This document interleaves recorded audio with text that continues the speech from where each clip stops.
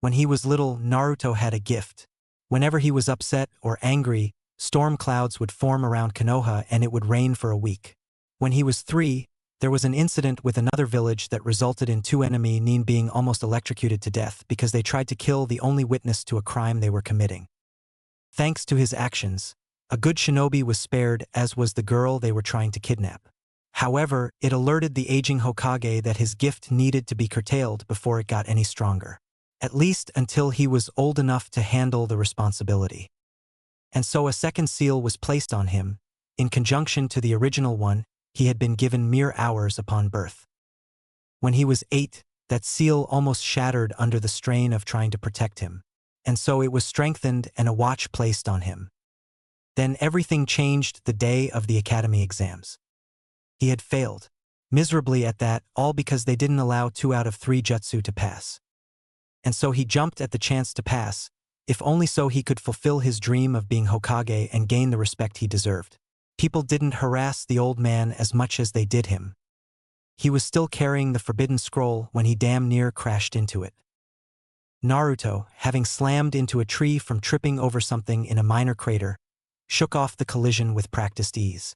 Then he went to find out what the heck caused him to have a date with a tree. It was old. At least old enough to have gotten a lot of growth around it. Clearing away the plants with his old kunai, he stared. He could feel in his very bones that it was not something that most shinobi could simply order and use at will. There was a sort of aura about it that practically screamed it was a legendary weapon. Possibly enough to earn the title of a super cool shinobi if he learned how to use it. The moment his hands closed around the hilt, he felt something strange, like it was testing him. Seeing if he was worthy to wield it, which was silly. How could a weapon test someone? He was able to partially lift the hammer, but the shifting of the scroll reminded him he didn't have much time. So he left it on the ground near it under all the cutaway plants so he could come back and get it later. His life was ruined, all because of that damn Mizuki. Sure, he got some super cool jutsu out of it, but it wasn't worth being banned from taking the exams and being put under watch for the rest of his life. Those old crones that advised the old man had made it clear that Naruto would never be a shinobi if they had any say in it, not after he was caught by a hiding ANBU with the scroll. Even if Mizuki was caught and arrested, the fact remained he had stolen an important document. Because he hadn't graduated, he was still under the watch of the civilian council. That meant they had almost complete control over his life. He was sick of it. He was sick of Konoha and sick of being jerked around like a puppet. After eating his ramen, he came to a decision. He'd leave Konoha. He knew that other villages would be interested in a kid who could steal an S-class document and take out a Kage with a single jutsu. It wasn't like he had anything left to lose anymore. Sure, he'd miss Ayam and Tuchi, and their delicious ramen. And Irika to an extent, if only because he wasn't a total dick like Mizuki. The old man had been rather harsh with him, so he had no real opinions on the one person who had kept him alive for the demon he contained. Oh yes, Mizuki had been positively gleeful about dropping that little bomb on him before he tried to steal the scroll from him. He gathered up what little he could call his own, namely his plants and the few clothes that weren't basically scraps at this point. He finished off the food in the fridge, as he had always been quite good at foraging compared to the other students. He could live out in the wild so long as he avoided people. And he could pick up that weapon he tripped over. He highly doubted anyone would actually miss the thing, considering how overgrown it had been.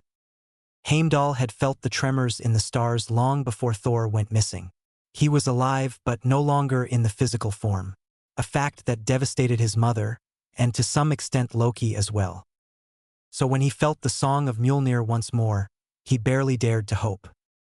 The first song was faint, barely able to reach Asgard. The second time was much stronger, and he knew someone had claimed the hammer. Using his powers, he was able to find a single blonde boy who bore remarkable resemblance to Thor, only he most certainly wasn't him. A son, perhaps? Heimdall sent a summons to Odin. If this was Thor's heir, then they needed to be ready for him. "What is it, Heimdall? What do you see?" asked Odin when he arrived less than half an hour later. He had come as soon as he could, hoping the gatekeeper had found Thor. "Sire, someone has claimed Thor's hammer." Odin felt a surge of hope. Perhaps Thor had found his weapon after so long? It is a child. It took a few moments to process this declaration, before Odin carefully asked, "Do you believe it to be Thor's?" There is some resemblance to the mortal form he was banished in. More than enough to warrant a test of his blood to see if there is indeed a legacy. Where is he? I shall summon him momentarily. He is too deep in territory that could draw undue attention to us, and might bring the mortals to Asgard. They have techniques that span the realm of time and space, explained Heimdall. It took far too long for Odin's liking, but once the child was far enough from the mortals' hidden village, he acted. The moments it took for the Bifrost to bring its surprised passenger were almost unbearable. The entire kingdom had mourned when it heard Thor was unreachable and possibly lost. Odin examined the boy, who had ran until he was so tired he couldn't possibly stay awake. He looked like a peasant at best and an orphan at worst. "Bring him to Air. We shall test the bloodline while she examines him," said Odin. He could see Mjolnir was clearly visible in the child's rough bag, nestled safely next to some plants that were well cared for. "As you wish, sire," agreed Heimdall. It had been far too long since they had any hope to find Thor. If not for the hammer, Heimdall never would have been able to find where he landed, for he had somehow been thrown horribly off course. Frigga was quick to pounce on her husband when she heard of the child now safely in the infirmary. "Is it true? Has he returned?" she asked, not daring to hope. "Patience, wife. Thor has not returned, but there is a possibility he left a child behind. A boy has claimed Thor's hammer, and Heimdall has retrieved him from one of the mortal worlds," said Odin. Frigga sagged. She wanted her son back, but the idea of a grandson to spoil and train was enough to lift her spirits. "I have Air testing his blood now to see if he is indeed Thor's son. Even if he is not, he will be welcomed as one of our family." Air walked up to the king and his wife. Her face spoke volumes. "My lord Odin, I have tested the blood. He does bear the prince's bloodline. The child is indeed Thor's son. However, while we were examining him, we found something strange. Prince Loki is examining the boy as we speak." Frigga didn't hesitate. This child was the last link to her firstborn, and anything that required Loki's help generally meant magical interference. Naruto didn't open his eyes immediately.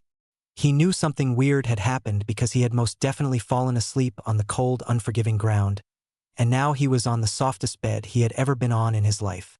Plus, the smell was all wrong, as were the sounds. Some of the lessons at the academy stuck, much as he hated that place and everything to do with it. He woke up slowly and took stock of his surroundings. He definitely wasn't in Konoha anymore. He noticed his plants were safely on the table next to him, as was that weird hammer he found, though it was on the floor and on its side. He also found his goggles on the table, next to the plants. His clothes were nowhere to be found. He also found a glass of water, which was great because he was really thirsty. "It looks like you're finally awake," said a pleasant voice. He settled on a woman with a motherly feel about her.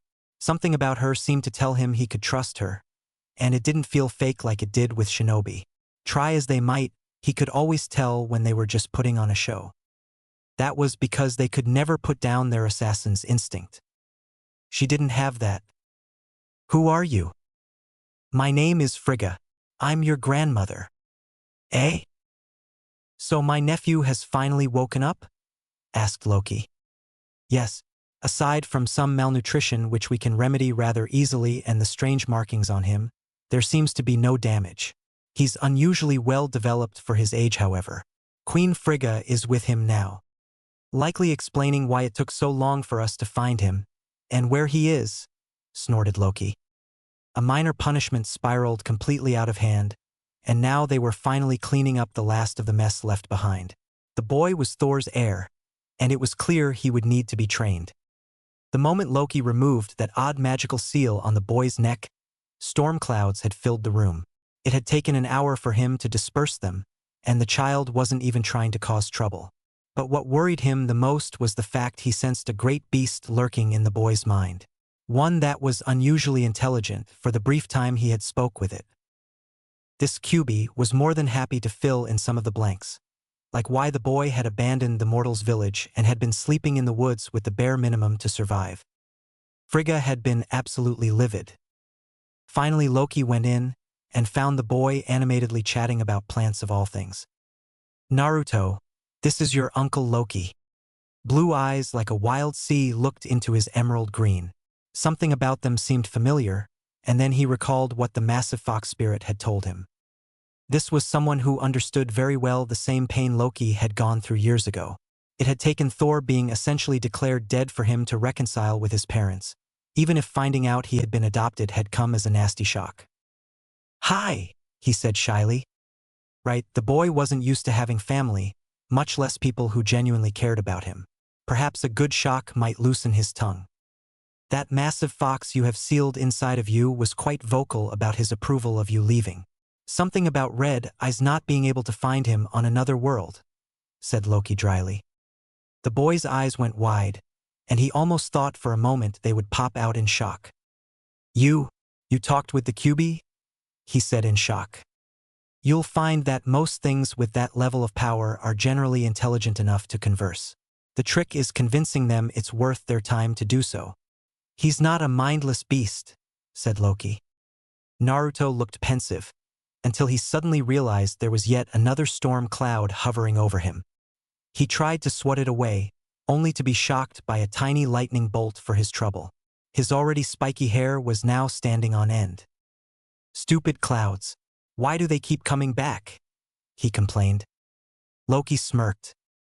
I found a magical seal on your neck that was used to repress your natural powers. Someone went to a lot of trouble making sure you were unable to learn how to control them naturally. The moment he heard that, Naruto scowled at the reminder. It was remarkably like Loki's own angry scowl when someone went out of their way to cause him trouble, though most generally didn't anymore because he could be twice as nasty. Stupid old man. I bet he had something to do with it. Ah yes, your fire shadow. I believe Mother and Odin would be delighted to speak to him, said Loki, though his tone of voice practically said volumes of how that meeting would end up going. The fox had also been paying more attention than the one who was unlucky enough to be his prison. He knew that the old man had only done the bare minimum of providing for him, and despite his wishes, Naruto had almost no connections to the village at all. At this point, he could care less if it burned so long as 1 or 2 people were allowed to escape the disaster, which mostly consisted of the ramen chef and his daughter. Not my problem. If you want to light a fire under the old man's ass, I could provide you all the blackmail material you'd need, said Naruto. Oh, he's a total pervert. He has this secret safe behind the bookshelf that has all these orange books written by some sage that are full of adult-only material. If you stole them all, he'd panic more than if you stole the forbidden scroll. Though if you did, I wouldn't recommend opening them since I trapped most of them, said Naruto vindicatively. Frigga hid a smile. I think you and your uncle are going to get along just fine. But I better not hear that you've been corrupting your nephew, said Frigga. How could I ever corrupt him? Asked Loki innocently. Naruto snorted from the bed. You need to work on your innocent face more. I barely know you and even I can tell it's completely fake, said Naruto flatly. Loki smirked at him. I can tell we're going to have a lot of fun together. While word quickly spread about a lost son of Thor, very few had actually seen the boy in person. This was in no small part due to the fact that because of the seal, Naruto had very little, if any, control over the storms that kept popping up. Loki gave him a month before he learned to control them. It was only natural then that when Lady Sif met a blonde child with blue eyes, she was unaware of his true heritage. She had been out keeping the peace when he had been found, after all.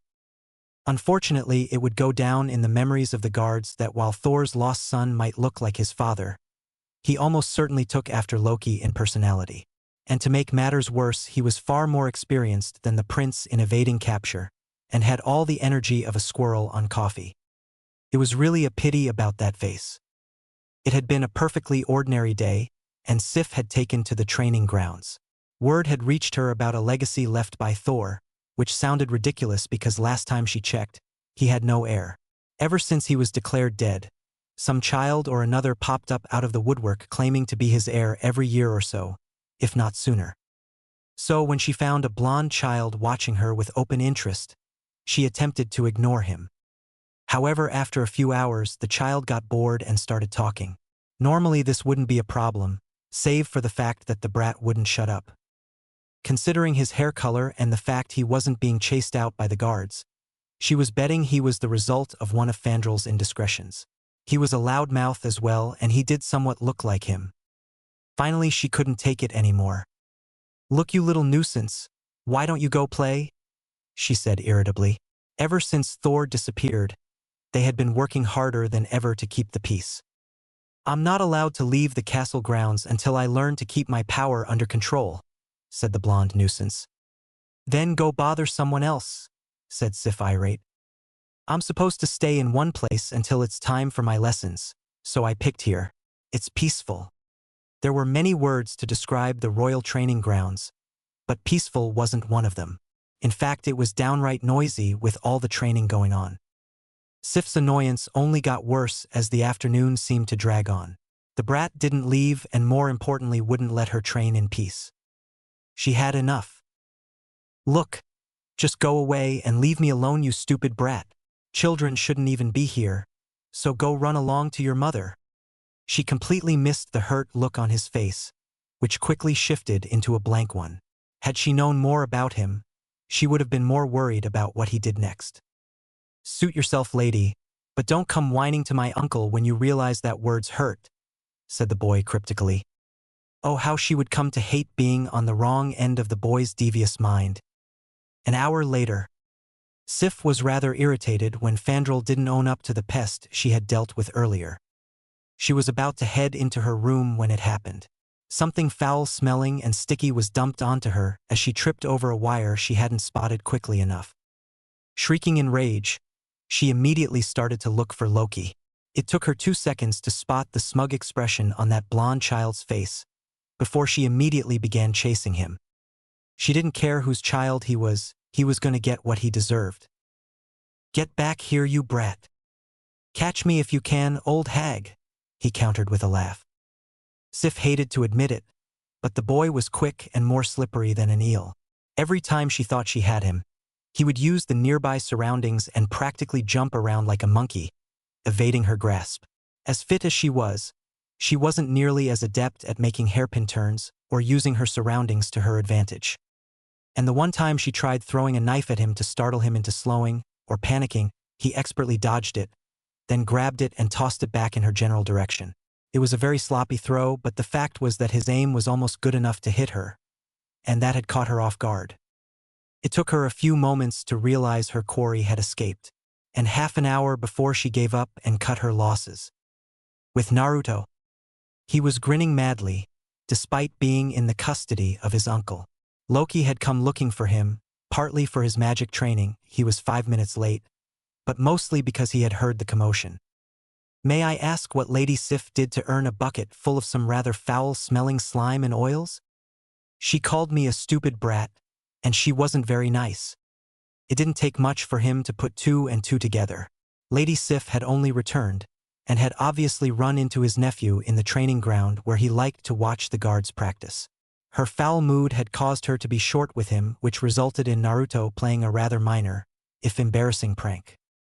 The best part was that Loki could honestly claim no responsibility for the mess, as Naruto hadn't consulted him on the appropriate level for a simple revenge prank, and had evaded capture with the ease of an expert who was used to being chased by enraged warriors.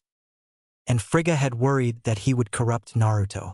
The only thing he'd be doing was refine the boy's technique and give him advice on how to incorporate his style of pranks.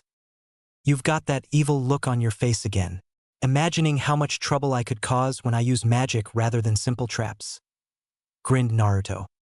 "It takes a prankster to understand a fellow agent of chaos. And mother thought I'd be the one corrupting you. Pranks are the best way to force people into noticing you, if only to beat you into a bloody pulp," said Naruto sagely. "Don't think I didn't notice that sloppy throw. If you're going to be using knives, you are going to learn how to throw and actually hit the broadside of a frost giant," said Loki. Seeing Naruto perk up at the idea, Loki grinned wider. It was nice having a minion apprentice to train, especially one with a like mind. Plus, there was the small fact he'd be getting a good show once Sif found out whose son Naruto was. Now it's time for you to learn the basics of magic. Yay! Training! Said Naruto with genuine enthusiasm. Naruto fidgeted in his seat, mostly because he wasn't used to having clothes that not only fit, but were his actual size. Thankfully, the guy in charge of taking his measurements had put some orange in. Something about him being a summer more than a spring or winter, whatever that meant. He was born in the fall as far as he knew. I would tell you to sit still, but I know it's pointless. Instead, try to contain your boredom until it's time to eat. No one expects you to know all the formal table manners right away, so do your best to keep your mouth shut while you chew and never talk with food in your mouth, said Loki. I know. Ayame-chan made sure to correct my eating habits one year when she found out the orphanage never bothered, said Naruto. Loki made a note of anyone that seemed to genuinely care about the boy. So far, the only ones to make that extremely short list were a chef and his daughter. It also became very apparent that the boy had absolutely no idea how to use a fork or a knife, but he was very adept at using two odd sticks he had brought with him. Loki had taken a trip to Midgard and had learned they were called chopsticks. They were very common in the Asian countries as eating utensils, most notably for rice. It had taken little effort to also learn that Naruto's favorite food was from a small island country called Japan. He wondered how quickly a new food type would catch on if they just so happened to bring this Ayam and Tucci to Asgard long enough for them to set up shop. Despite being a trade center, most foods had been around for quite some time and a new style would most likely go over very well. Particularly if word got around that a recently discovered son of a popular price was frequenting the place regularly. He made a point to pick up more of these chopsticks so that Naruto would be able to eat with more than just his hands. Considering the nation was still in recovery from some sort of dangerous explosive device that hit two different cities, no one questioned why he was there. From the looks of it, the mortals had only recently ended a war a few years earlier. Loki didn't bother hiding his grin when Sif spotted Naruto at the table in a place of honor. It was clear what her thought processes were, and he couldn't wait to see the expression on her face when she heard Odin's announcement. This would be Naruto's official debut among the Asgard elite, which would trickle down back to their allies and spread across the 9 realms. As he wasn't even considered an adult, and had been in a rather backwater world that hadn't even begun to visit space, no one would question the fact he stayed close to Asgard while they brought him up to speed. Odin stood and everyone was more or less silent. They were all very curious about the blonde child between Loki and Frigga, where Thor used to sit. Everyone, many years ago I was forced to banish my own son from Asgard as punishment for his arrogance. All the 9 realms mourned his loss when he was declared effectively dead. However, Heimdall came to me with joyous news that Thor's hammer had been found. More importantly, it was claimed by a small child who fit the right age when my son was killed. May I present to you Thor's legacy, his son Naruto. There was stunned silence, and for a moment Naruto worried that he wouldn't be accepted. Then the roar of approval and joy was heard, nearly making him flinch. To be fair, he had no idea how popular his father had been before he vanished. Everyone loved Thor, so finding out he had had a son before his death meant they loved Naruto by extension. It was a strange feeling. However, the best part was seeing the look on Lady Sif's face. Her mouth was wide open in disbelief and horror. There was music, there was plenty of food. He got into an eating competition with Volstagg and won, to the amusement of Loki, and he was more popular than Fandral was for an entire night. Fortunately, no one expected him to be a prodigy. Though they watched with approval whenever he managed to reign in the minor storms he kept creating over his head. Apparently Thor had similar issues when he was a child, but had learned to control it over the years. When told his age, he was a child in many ways to the Asgard. No one questioned the lack of control. Loki carried his nephew to his room, where he was out cold before he was even in the bed. For a child who normally had energy to spare, he considered that a victory in itself. Frigga watched the entire thing with approval. It was clear Naruto was very good for Loki, who normally hung to the side, especially around Lady Sif and the Warriors 3. Naruto had gravitated to Loki without even realizing the significance of it. It had forced Loki into the limelight as Naruto unconsciously sought his approval the entire night. He accepted Frigga's status as his grandmother and Odin's status as the king, though it was clear he put Odin on the same level of a shadow with less paperwork to deal with to make it easier to remember. But in terms of who he preferred to look up to, it was obvious he preferred Loki. You would make a good father for the boy. I'm sure Thor would approve. Loki blinked, as if such an idea had never occurred to him. It likely hadn't. After all, Naruto had only been in Asgard little over 4 days. I'm not sure that others would agree. Frigga tooted at him. Come now, Loki. Surely you've noticed that out of all of us you are the only one that the boy has consistently gone to for advice and support. He trusts me to a point, but whenever he needed help you were the first person he sought out. I assume you're also responsible for the prank on Lady Sif earlier. Word had already spread about Lady Sif being covered in some rather foul-smelling concoction and forced to walk through half the palace just to reach her room and clean up. Everyone assumed Loki had done it. Loki snorted in amusement. That was all Naruto's doing. I had no idea he had pranked Sif until I caught him because he was late for his lessons. Frigga held a hand to her mouth to hide her amusement. She had heard the full story from the guards earlier about how Sif had been short with a blonde brat she had assumed was one of Fandrel's, only for the boy to prank her and lead her on a merry chase through the palace.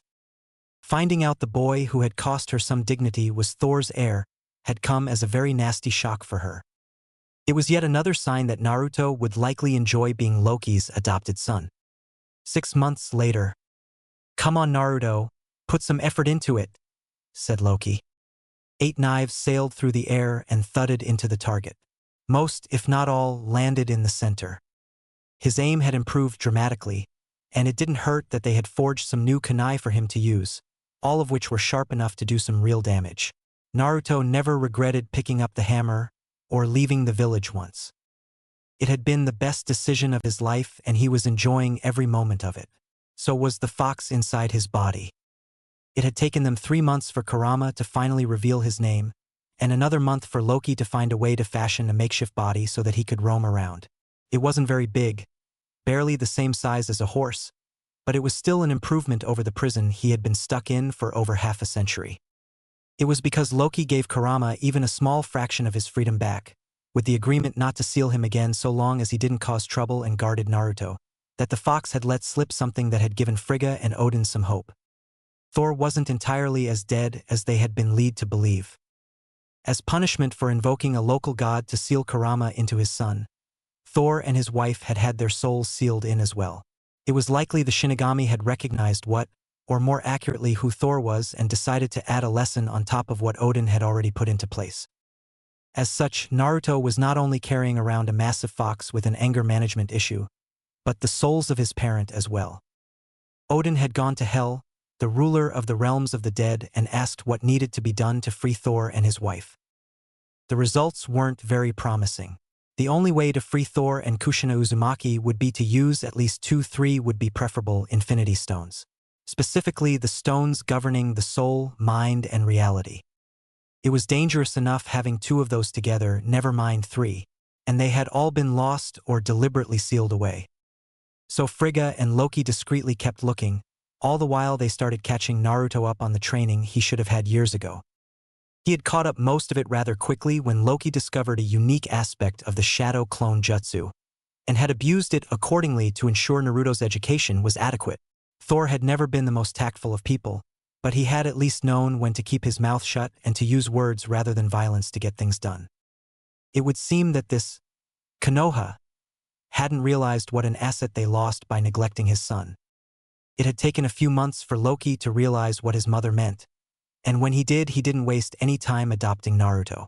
Until they found a way to free Thor and his wife from the seal without killing their son or the fox, Loki would be the father figure in his life. Naruto had been beyond thrilled at the idea, and had taken to copying Loki to some extent. Though that didn't mean he lost his trademark orange. Not by a long shot. He always had it on him somewhere, but now it was in tasteful moderation and didn't make people want to gouge their eyes out. He was still the same prankster he had been before, much to the annoyance of people like Amara and her thug, who were usually on his short list of people to hit, and he was still faster than most of the guards or his father. The only difference now was that people actually wanted to train him, and he seemed to grow in leaps and bounds whenever it came to fighting. Loki had learned rather quickly that teaching the small stuff was going to be nearly impossible for Naruto to use effectively when it came to magic. His reserves were simply too big for him to cast minor illusions or spells without it blowing up in his face. So he started with the big stuff that almost no one used, particularly if it involved the weather or using the wind in some way, and then dialed it down until he couldn't bring it back anymore. It was doing wonders for his control issues. Naruto looked at his dad, who smiled at him proudly. "Well done. Keep this up and I might take you out to the bazaar to pick up a few more books to read." Naruto perked up. He loved to read once Loki had shown him how. Having someone with the patience and time to explain things to him had made a vast difference, and once given a chance he absorbed things like a sponge that had been dry for a long time and was suddenly dropped in the ocean. He still hated etiquette and politics, but he could sit still long enough as long as he was worn out from training. Kurama only woke up when training was over. He was considered Prince Naruto's pet at this point, but as long as no one harassed him about it, he didn't care. It was still a better arrangement than he had before. He walked alongside Naruto, acting as a visible guard for him. Despite all of Loki's best efforts, Kurama was still restricted to less than half a mile from Naruto before the seal forced him back. It didn't take long for Naruto to spot something that caught his interest, or to be more accurate, for his nose to twitch at a familiar smell that had his mouth watering. "No way!" Loki smirked as Naruto practically teleported to a decently sized restaurant that had just opened a few days ago. Hearing his son's happy shout told Loki that the effort of convincing the father-slash-daughter duo to relocate to an unknown location had been entirely worth it. The village known as Konoha seemed to lose some of its appeal when Naruto went missing, and very little was being done to find him. Hearing the circumstances behind why he disappeared, and realizing that far too many of the villagers were very happy to see him gone, had made it pathetically easy for Loki to swoop in and convince Tucci that perhaps relocating to a bigger building that could have a potentially large customer base was a good idea. Finding out that the rent would be part of the payment for the building had made the deal even more enticing. It was only after he had packed up everything and left that Loki dropped the bomb that the new village they were moving to was where Naruto was staying at. Loki went in and saw his son happily catching up with his two favorite people from his home. Any chance of him even remotely considering returning to that world were just shot to hell, from his son's expression. "Hey old man, come meet my new dad," said Naruto loudly. It took Tucci 3 seconds to recognize Loki. Once Naruto was successfully distracted by the food, he discreetly spoke to him. "You brought us here deliberately to ensure he doesn't go back, didn't you?" That, and because you two were the only people he spoke of that seemed to actually care about his well-being. The fact you've done your best to care and protect for him, as well as you could considering the circumstances, was more than enough to reward you with a new client base. And once word spreads that he frequents this restaurant quite regularly, you'll have no end of customers to choose from. Though if you have someone by the name of Volstagg come in, make sure he pays up front whenever possible. That man's like an Akimichi. Wasn't too hard to guess he might try a dine and dash, said Tucci smugly, patting a rather familiar sack of gold. Now that they were on the same page, Loki tried to emulate his son using the chopsticks. It took some getting used to, especially considering how adept Naruto was at using them, whereas Loki was more accustomed to knives and forks. As if having a new type of food hadn't already made Ichiraku's insanely popular among the commoners. Hearing that the youngest prince frequented it with astonishing regularity, at least 3 times a week, made it even more popular.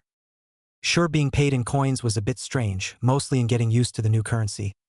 But at least here he didn't have to pay an insurance in case of enemy shinobi attack, or worry if his daughter might be captured in the event of an invasion. Loki would have groaned. Trying to find 3 of the 6 Infinity Stones was giving him a headache. Seeing his son walk into the massive library, he decided to take a break. "What are you and grandmother working so hard on?" "We're trying to find certain stones to free your mother and father from that seal without killing them in the process." Naruto cocked his head in confusion. "Wait, aren't the stones like really well hidden so that even hints of where they are would be insanely difficult to locate?" "Yes." "Then why don't we just find the one that governs time and simply switch them with a couple of fakes?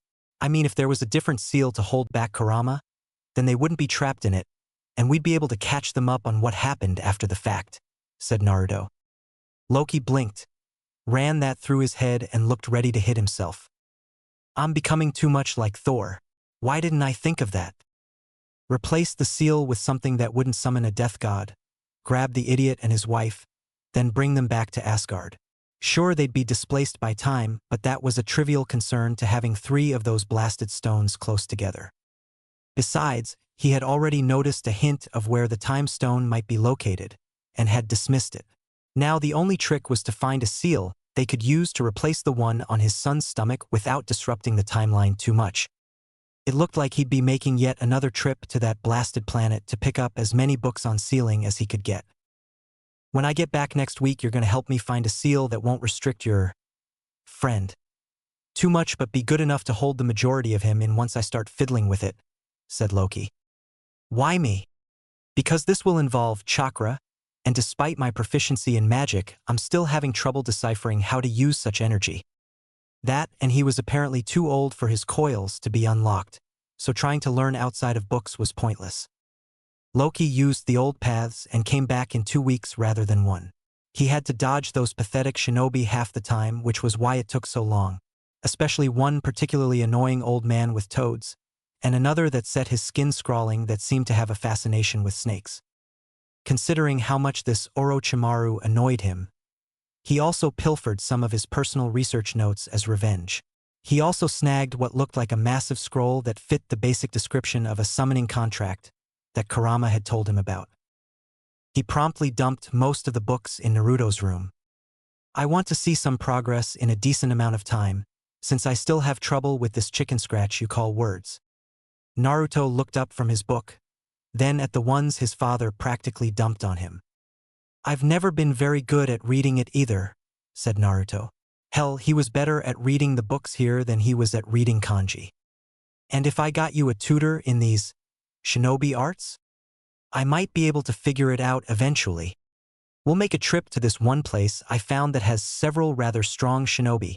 That, and it'll teach the man running it not to mess with me a second time. Want me to give him a Naruto special?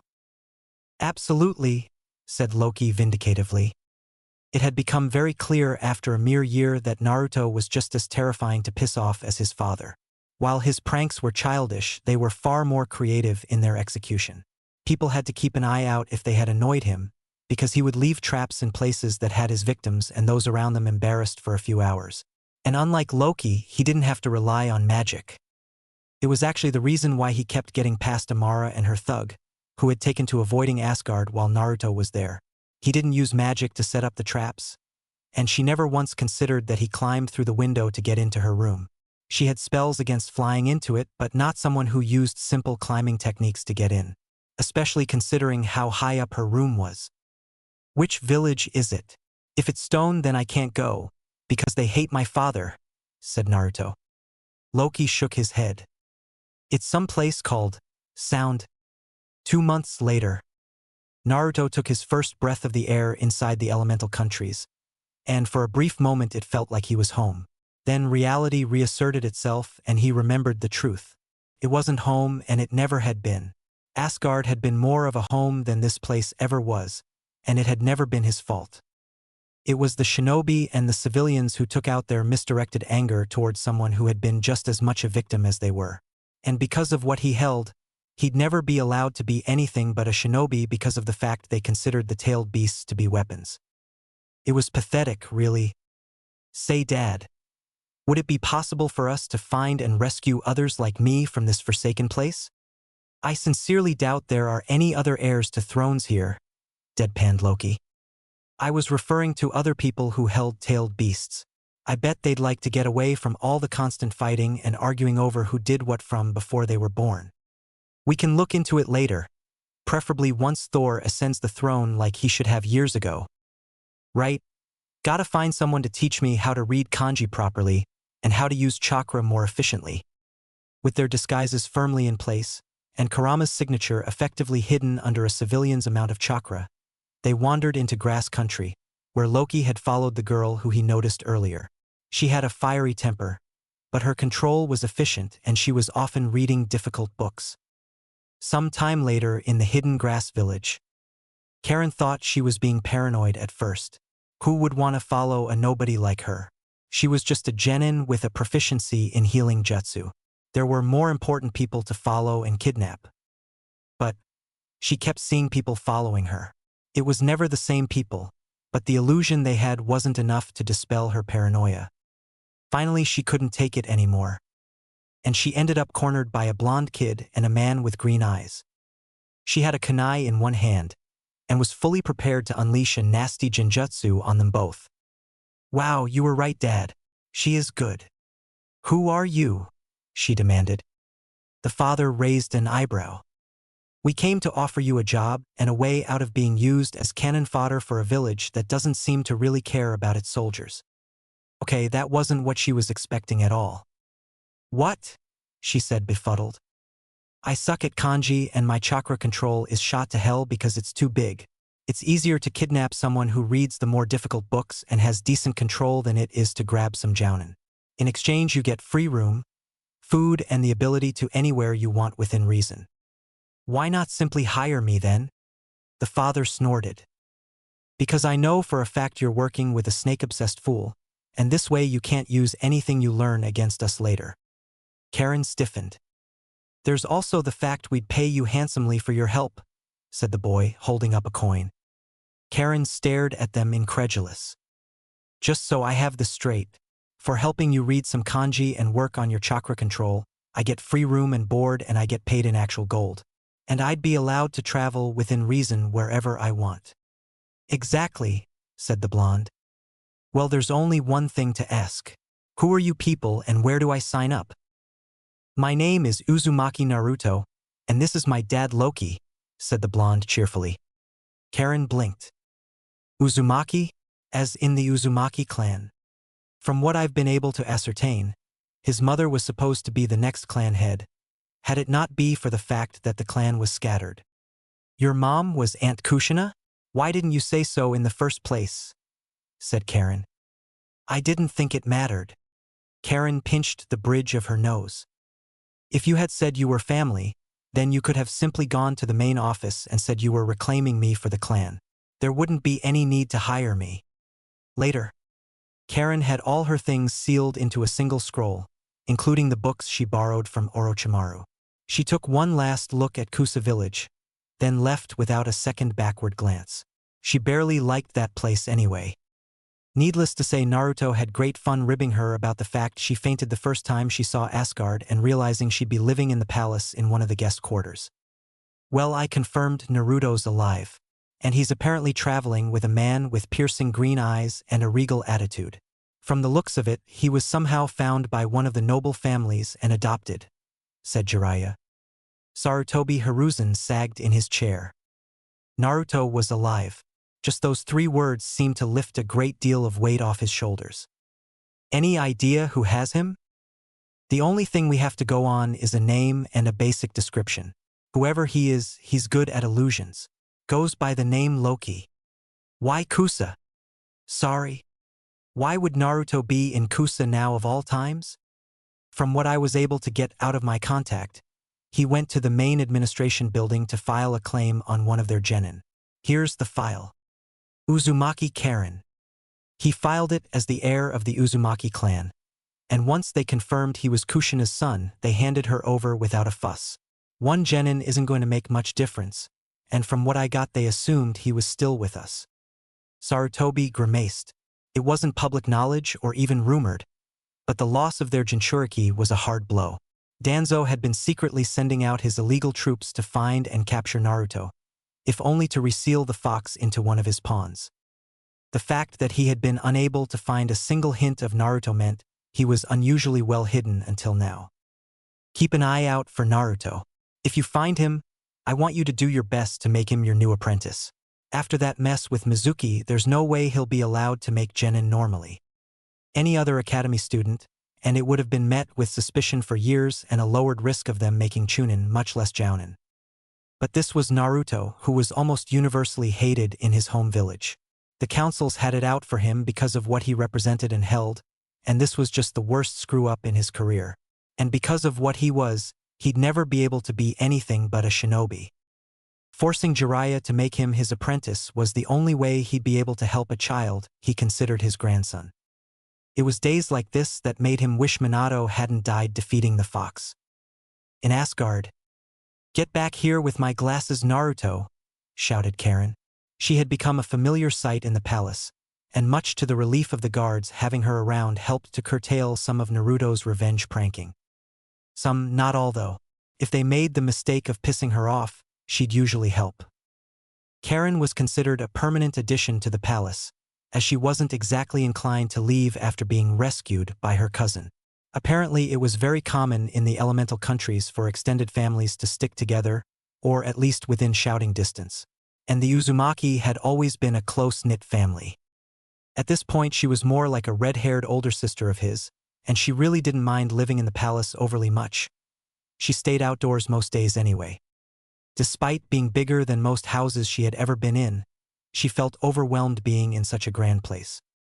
With her help, Naruto was able to figure out how to read the books on seals and how to use his chakra more efficiently.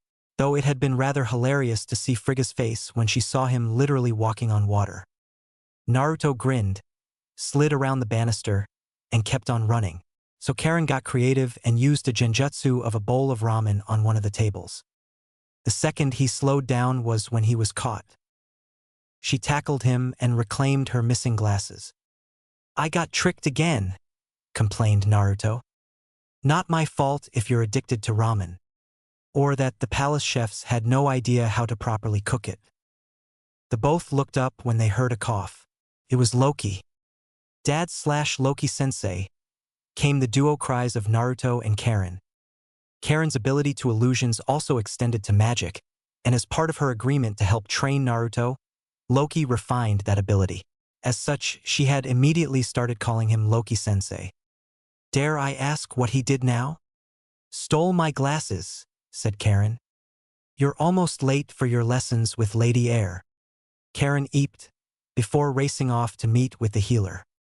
Her talents for healing meant she had gravitated towards Lady Air. While she couldn't teach her how to use healing chakra, she could teach her how to heal using magic, which Loki openly admitted he wasn't very good at. Air had been delighted to have such an enthusiastic student. However, that didn't mean she tolerated lateness. Apprentices who were late without a very good reason, such as being held up by one of the royal family, and Naruto didn't count, got the worst assignments for the day. "As for you, you're to get to reading those scrolls." Naruto nodded. "I've almost got the second-tier seals figured out." Karen said that the Uzumaki were always known to have a knack for seals, and that once I learned how to read properly without having the words jump around the page, that my ability with them shot up. Naruto had figured out the trick to reading, which still had Karen shaking her head in amusement. He abused the hell out of the shadow clone jutsu. By having 100 clones reading similar books at the same time, he was able to clear his head of any random thoughts. It was the strangest thing Loki had seen, but it was extremely effective, and as all the information came back to Naruto in the end, it allowed him to cover the library in a more efficient manner. Loki shook his head and sent Naruto off to read. 3 months later, he was sure he had it. In fact, he was almost certain of it. Checking other books about the time that he had borrowed from other realms about ancient legends made him almost certain of it. The trick now was convincing his father to let him go look. "What is it?" asked Loki, while they were in the library. "I think I found the Infinity Stone governing time. From my research, I think it's somewhere in Jotunheim," said Naruto, not bothering to hide what they were talking about. Loki wasn't fooled for a moment. He knew Amara was in Asgard at the moment, and so was her thug. If Naruto wasn't bothering to hide his voice or discussion, then obviously he wanted to send them on a wild goose chase. Seeing a familiar spy of Amara in the library, Loki withheld a snort of derision. Obviously Amara would head to Jotunheim and to try and find the stone, in order to have a bargaining chip to claim Thor. If he knew her, she'd likely use it to marry his mortal form so she could be queen in the present. When they were alone in Loki's rooms, which had even more books scattered about, he looked at his son with amusement. With all the privacy charms and other miscellaneous magics about his room, no one was stupid enough to spy on him. "So where is it really?" "Somewhere in one of the realms I still can't pronounce." Figured it would be easier for word to spread about a stone in Jotunheim where they don't exactly welcome people from Asgard than it was for them to follow us once I'm allowed to visit the world on official business. Loki patted his head proudly. You follow the prankster's creed very well, Naruto. When in doubt, misdirect and deliver half-truths, said Loki. Which is always followed by the other creed. Admit nothing, deny everything and make counter-accusations once the other party makes their claim against you, said Naruto. No matter how nervous you were about a prank, it always paid to wait for the other party to accuse you first. Otherwise, you were practically admitting you knew something, and sometimes what they were accusing you was something completely different. He had learned that one the hard way enough times to learn to keep his mouth shut. Loki took one look at the world it was on and grimaced. If we go there on official business, then it's going to cost you. What? One of the more prominent nobles is having a party, and if you go it'll lead people to believe you're displaying an interest in them. Are they complete dicks? No, just annoying. Then they get minor pranks while we leave shadow clones to do the searching discreetly, said Naruto. He knew better than to ditch a party without hard proof that they found what they were looking for. Did I hear the word party? Loki and Naruto jumped. Karen? You seriously need to ward your windows. Before you two came, no one was crazy or skilled enough to climb through open windows into rooms, and I did ward them. For sound, not for people sneaking in. What are you two creeping about for anyway? We're trying to find a magical artifact that can allow one to traverse time so we can retrieve the fourth Hokage and his wife, instead of them being sealed into Naruto's stomach with Kurama, said Loki. I'm pretty sure that the clan was working on a time travel seal before the village was attacked, and that it wasn't fully completed. Have you considered raiding Yuzushiogakure for that instead of finding some super powerful artifact? Naruto and Loki looked at each other. New plan, we find out where the thing is, leave it there, then I show you how to get to the planet from the past using the old paths and you find a way to use it to get back, said Loki. They weren't looking for it in the past, and this way they had a backup plan if the first didn't work. Yay! We get to visit the old village. You know odds are you'd find more Uzumaki if we spread word that the clan heir was looking for them. Naruto looked at his father. Personal guard force? With the elite chosen as bodyguards? No one would suspect them and they are professional assassins. We could have the more noteworthy ones living in the palace or specially appointed housing. It's nothing. We're trying to find a way to bring the Uzumaki to Asgard in a way that allows them to act as a private force only Naruto can use. Family sticks together, and the elemental nations isn't exactly what I'd call a healthy place for those with talent. Far from it, they'd get singled out and killed far too young. Allowing your clan to expand on seals would give us the perfect opportunity to bolster our own defenses and give them safe haven, with a select few acting as Naruto's guards, said Loki. Sounds complicated. Well, family takes care of its own, right? Besides, at least this time those stupid Uchiha jerks won't be able to take all the credit. Mito married the first Hokage and helped create the village, and yet everyone is quicker to remember how great the Uchiha clan used to be and forgets about how Madara betrayed the Hokage. And they treat the name Uzumaki like it's dirt, said Naruto, practically ranting. Karen's eyes went steely. Yet another reason why they have no say in how you live your life, cousin, said Karen coldly. Naruto had reluctantly explained how he came to Asgard in the first place.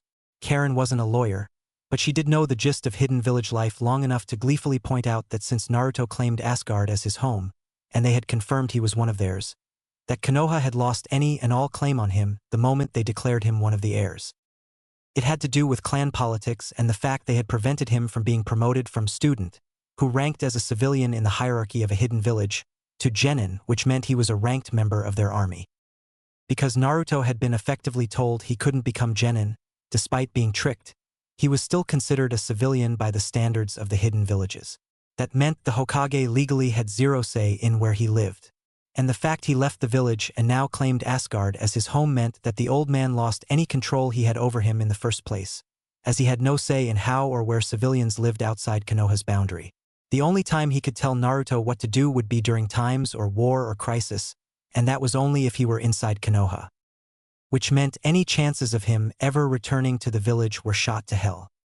The trick here would be convincing Odin to allow it, but if we wait for Kushina to be recognized as the queen, then people won't question her relocating her family somewhere safer and easier to guard. And of course they'd show their appreciation by helping out wherever they can, such as increasing security for the palace and the like, said Loki. You know, sometimes you really remind me of Orochimaru, only without the creepy snake fetish or vague feeling that you're a pedophile with a thing for young boys, deadpanned Karen. Naruto snickered. So basically you're saying he's as sneaky and tricky as Snake? Or a fox, she said, grinning at him. We have another sighting. This time it's on the outskirts of Whirlpool, said Jiraiya. First grass, now Whirlpool. How is he slipping past us? He knew at some point Naruto might try to visit Whirlpool. He had ninja posted around it and he knew Danzo likely had some as well. Yet somehow Naruto managed to get past all of them and land on the island. There's more. There are reports of a red-haired girl with a loud mouth that fits the general description of Karen Uzumaki. Sarutobi grimaced. Grass had been most displeased finding out that they had let one of their genin go, only to learn she wasn't in Konoha. Learning Uzumaki Naruto was the heir of the Uzumaki clan, but not actually old or ranked enough to warrant clan head anytime soon had come as a nasty shock, especially when they learned about the circumstances behind him leaving Konoha. Relationship with Grass was on shaky ground. He could only hope it didn't crumble out from under them. Alert all outgoing shinobi and everyone on your contact list. I want him found before Danzo, or Kami forbid IWA learns that Uzumaki Naruto is outside our protection. Loki smirked as yet another minion spread the word. Once they had Thor on the throne, Kushina could recall the Uzumaki, and they'd have an entire clan's worth of seal masters capable of reminding people of Asgard's superiority. Really, finding Naruto had given him a new direction to invest his time and energy. It hadn't taken very long for Loki to realize he didn't want the throne of Asgard at all. Having everyone's eyes on him made backroom dealings nearly impossible, and every action he made was scrutinized for any nuance that might be exploited. Having to guard the throne whilst Odin went into one of his hibernation periods had been rather enlightening for him. His work was best suited to the shadows while his brother, and now his nephew, held the limelight off him. That wasn't to say Naruto had no ability to hide in the shadows. Most of his pranks were done in the dark of night when no one was watching, and he had a way of ferreting out information without having to pay for it. And having his heritage being disclosed privately when Thor was confirmed not so much dead but as good as, well, it had forced him to look back and see his actions for what they were. Loki would never begrudge his nephew/son the throne, because on an elemental level, Naruto understood better than anyone had any right to exactly how Loki had always felt. On the outside looking in, not exactly hated, but most certainly not welcomed without outside interference. Without Thor there, he had found quite a few friendships were more in line with people tolerating his presence to humor the blonde idiot. Naruto was exactly the same. He was an outsider looking in, only unlike Loki, he never had anyone bring him even to the fringes. Yet he kept up the same smile, hiding his pain. It wasn't until he was found and brought to Asgard that the smile became real. So yes, Loki would do everything in his power to support his nephew, even if it meant shifting through the wreck of a destroyed village for a seal that might have been removed before the attack ended. Oi! What are you lot doing here? Naruto turned to the source of the voice, to find an old man with faded red hair. Around his shoulder was a scratched and beaten symbol with a familiar spiral. Who are you, old man? I'm asking the questions here. What are you blasted treasure hunters doing here? My name is Uzumaki Naruto. I'm going to be the best there ever is, said Naruto loudly. He had long since abandoned his dream of being Hokage. I'm Uzumaki Karen. The old man looked at Loki. Just call me Loki. We're trying to find an ancient seal rumored to travel time to retrieve the clan head of the Uzumaki clan, as well as her husband. The old man seemed to peer into their eyes and realized they were being truthful. Well, you're looking in the wrong spot. And anyway, the way to the seal won't open without the blood of a living Uzumaki, so you'll have to prove your claims. Especially the blonde. They followed him, though only Loki did so warily. What they found could only be called an underground temple. The old man waited, but Loki wisely did not enter. I am only related to Naruto through his father. I have no Uzumaki blood to test. The old man nodded. Good enough for me. At least you're honest about it. Hey old man, how do we prove we're Uzumaki? Cut your hands and put it on the pillar. If you're really Uzumaki, then the way will open. If you're not, then I wouldn't want to be you, he said flatly. You're surprisingly helpful, and completely unafraid of the repercussions should you deceive us, said Loki. I'm already dead, a mere chakra ghost that the elders put into place to ensure that the remnants were able to pick up the pieces later and to trap grave robbers, he replied. Fascinating, said Loki, and it was. Inside the shrine, I can't believe that trip to that realm was a total bust. I mean, we had to suffer through that stupid party for nothing, complained Naruto as they descended deeper into the ground to find the seal. I know, grumbled Karen. And where is this stupid seal anyway? There's no reason to put it this deep down. Unless it's a seal of such super awesomeness that it had to be hidden away. I mean, could you imagine how IWA would use a seal that allowed time travel? Karen shivered at the mere idea of such a thing.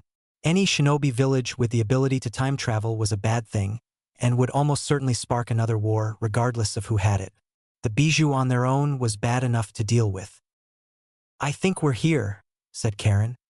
There was another door. Naruto put a freshly bloodied hand to it, as did Karen. It slowly swung open, revealing a massive, if incomplete sealing array. The moment they stepped into it, however, and Naruto's blood dripped onto the seal, it activated. Loki was far too late to stop it from transporting Naruto and Karen into the past. 15 years in the past. Ow! What the hell just happened and who can I kill for it? Snarled Karen. Naruto looked around and found the door firmly closed. I think the seal activated.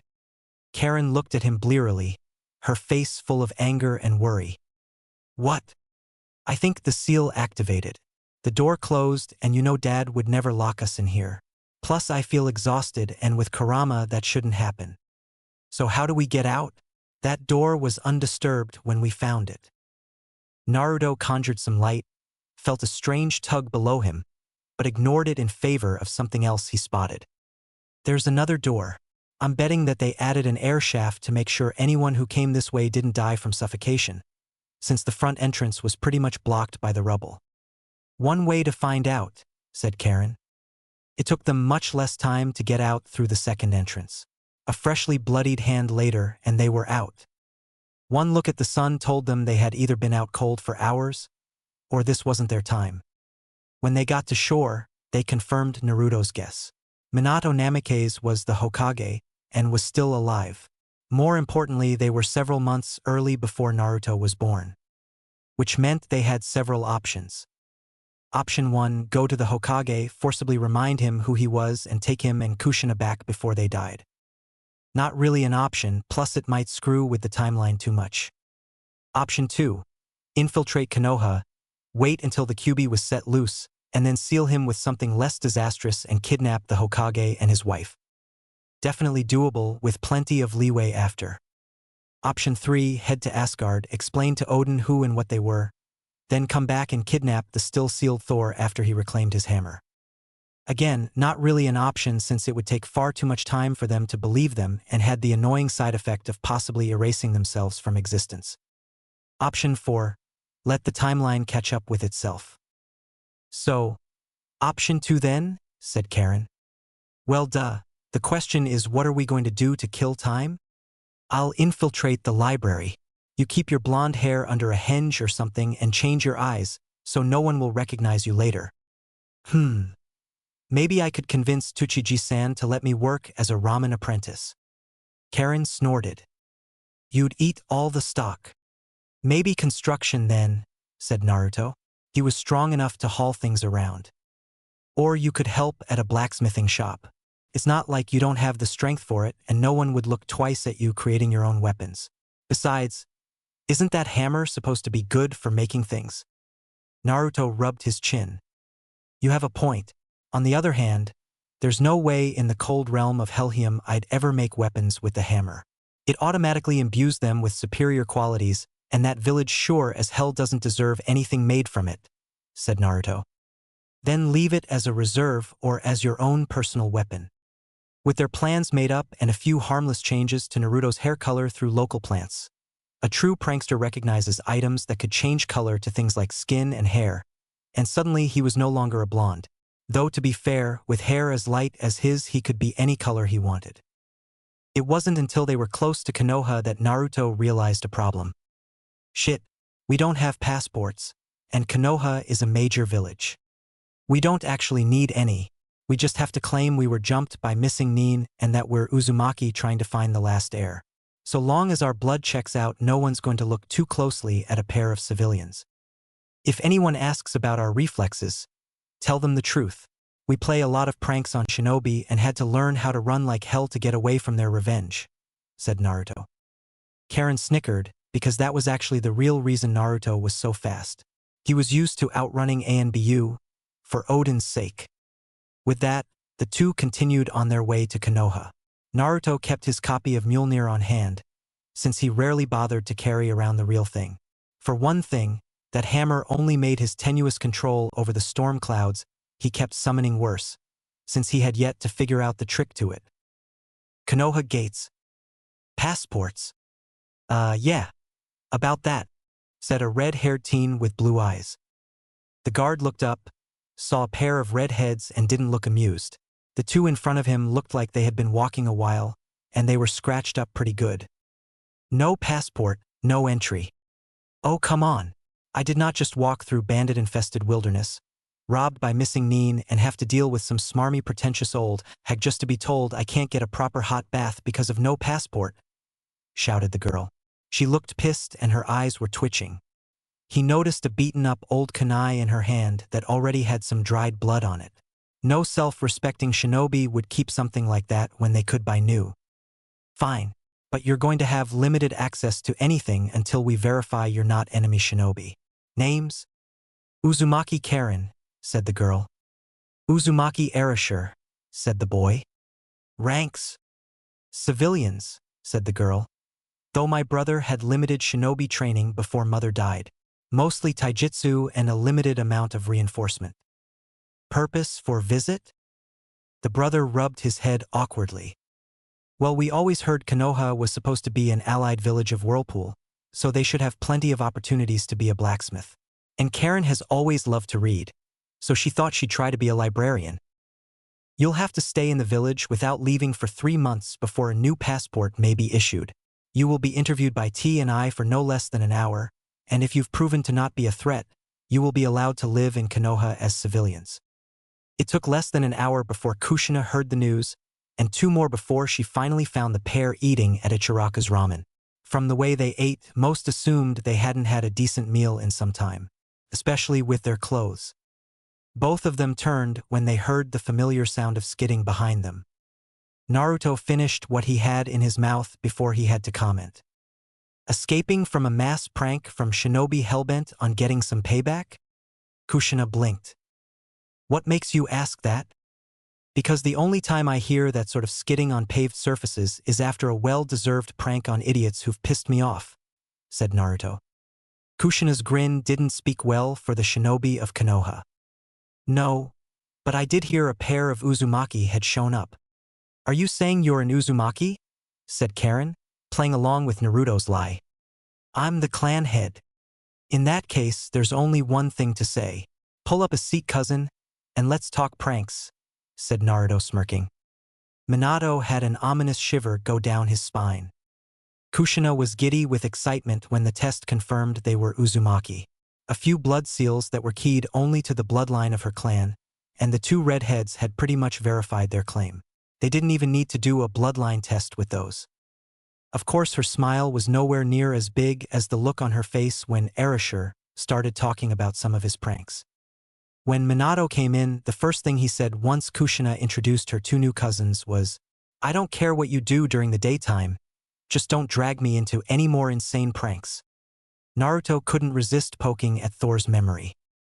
But as devout followers of Loki, we're required to drag people into insane pranks, if only to share the misery if we get caught. Karen nodded emphatically, smirking evilly.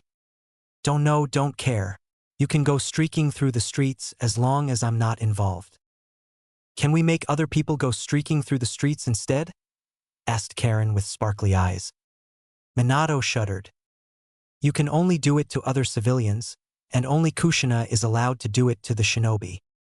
Deal, came the trio of evil replies. It was far too quick for his poor sanity. So, I heard that the shinobi Uzumaki were really good at seals. Care to look at one we've been messing with in our spare time? Asked Karen hopefully. Sure, said Kushina. She took one look at the seal and whistled. This is some seriously heavy-duty stuff. Where'd you find it? Trade secret, and it's slightly embarrassing to explain, said Naruto without hesitation. Namely, he had been forced to stand still while Karen traced the damn thing off his stomach, all while maintaining a steady enough stream of chakra to keep it visible. We've been trying to tweak this for over a year now to make it less faulty, and so far it still needs work, said Karen. Minato didn't come back until well into the night, and when he did he happened to notice a copy of the seal Karen had. It was some seriously advanced, high-level stuff, but like Karen said, it was rather faulty. For one thing, the filter was almost shot to hell, and there appeared to be some unnecessary elements added to it. Because they were almost flat broke and Kushina refused to let her recently discovered cousins disappear on her. They were staying in the house. What's the purpose? Asked Minato over breakfast. Erasure and Karen looked up. Of this seal, I mean. Supposedly it's to contain a large amount of energy, like one of the higher tier bijou's worth. The only problem is that it'll kill anyone who uses it to seal anything worth a damn, and the filter isn't very good. Not to mention the chakra ghost additives. We found it in the old Whirlpool village, and I thought it would be interesting to see if it could be tweaked to be more efficient. Let unspoken was that she had already tweaked it a little to be more receptive to Asgardian magic. She liked Kurama's acerbic wit, enough said. Minato's inner seal master was intrigued. Only thing is that it's damn near impossible to get sealing books while you're on the road, and Uzumaki or not, they don't exactly let civilians like us check out the good books without a shinobi license, complained Naruto. Not that I'm too enthusiastic about shinobi in the first place. You won't believe the horror stories I've seen. Oh, I would have pegged you for a shinobi, said Minato innocently. Naruto shook his head emphatically. Seeing the farce of a shinobi's idea of justice to a poor kid who was tricked by an older chunin was enough to dissuade me from trying again. I can barely do a clone, said Naruto. So you have had shinobi training, said Kushina. Shinobi drop out. Never made genin in my life, said Naruto honestly. What happened? It was stupid. This teacher had a total grudge against me for Kami knows what, and he tricked me during the exams for genin promotion. I got the super secret artifact and brought it to the agreed spot, but then the bastard reveals some secret or another telling me why most of the people in our village hated me, and the Jounin caught up and arrested us both. The council banned me from taking the exams for a full 2 years, so I said screw them. I packed my things and left the next morning. He found me a few months after he left the place, and we've been brother and sister ever since, added Karen. What about you? Simple. Erasure came to me asking me for some help with his reading, since most of his teachers were total dicks, and when I found out who his mother was I hit him on the head and said he should have just said he was her son, and I went with him. The guy who ran my village signed off on it, not aware Erasure had left his village, and I never went back. Not like they had much reason to keep another genin with no real prospects around. Best decision I ever made. You could join our shinobi army. No one bat an eye if you took up apprenticeships. No way in hell, came the duo responses from the siblings. That caught both older shinobi off guard. Ah, but why not? Whined Kushina. Being a shinobi was great. Have you seen the paperwork shinobi have to do for every damn mission? Said Karen, shuddering. Minato winced because he was the one who had to read all the paperwork that came in. And let's not forget the joy of D ranks that all genin have to do, plus the risk of being killed during out-of-village missions, the fact that they have to be nice to complete dicks just because they're guarding them, and oh, let's not forget the fact that they'd kill an infant if they were paid enough. said Naruto sarcastically. But no one takes civilians seriously. No, shinobi don't take civilians seriously. You can be a warrior without having to be a shinobi. It's just that shinobi have the most annoying habit of snagging all the good books and scrolls for themselves, countered Naruto flatly. I'm ranked as a mere civilian, and I bet you an all-you-can-eat Ichiraka buffet I can outrun most of your precious ANBU. Minato seized on a chance to see exactly what their skill level was. Prove it. If you can outrun the ANBU for a full hour, then I'll label you both as outside contractors. That's enough to get you into most of the shinobi-guarded portions of the library, barring the classified stuff. If you lose, then you take the genin test. Seriously, I can't even perform a clone. I'll show you, said Naruto. He performed the basic hand signs for a regular clone, and then used the smallest amount of chakra he could. They didn't even pass a basic inspection. Hell, Kushina was holding her sides from laughing so hard. Minato winced. I said it before and I'll say it again. All my instructors, barring one glaring exception, were complete dicks. My offer still stands. I just have to evade for a full hour then. No limit on what I do to get their attention. No maiming. Their ego and dignity is not my problem, said Minato immediately. Naruto's smirk had a lot of teeth. That's plenty. Why do I have the feeling I just doomed my ANBU? Asked Minato to no one in particular. You married an Uzumaki and just challenged another to do his worst without maiming his victims just to get them in the proper mood for an all-out chase. Of course you'd develop the proper paranoia for a prank-based chaos, said Karen flatly. It would be spoken of by the ANBU for decades after the incident. The ANBU captain had been warned about the challenge, but had been told that he had honestly no idea what the boy would do to get the elite jounin into what he called the proper mood for a chase. They found out the hard way. No one was entirely sure what Erasure did to the ANBU in question, as they refused to speak of the incident to outsiders, but horror stories were shared for years after. Their outraged shouts could be heard clear through the village and a few feet outside the walls too. Meanwhile, on the Hokage monument, Kushina and Karen were watching the entire thing while Minato timed it. They had a pair of binoculars and were critiquing the chase while eating popcorn and dango. Oh, that's gonna leave a mark. Did we say who had to pay property damage incurred during the chase? Asked Kushina. Actually no. I think Hokage-sama forgot that part, grinned Karen. What's the time? 20 minutes and counting, said Minato, sweating a bit. He was starting to realize that there would be hell to pay for this and he was likely to get hit by the fallout. OH.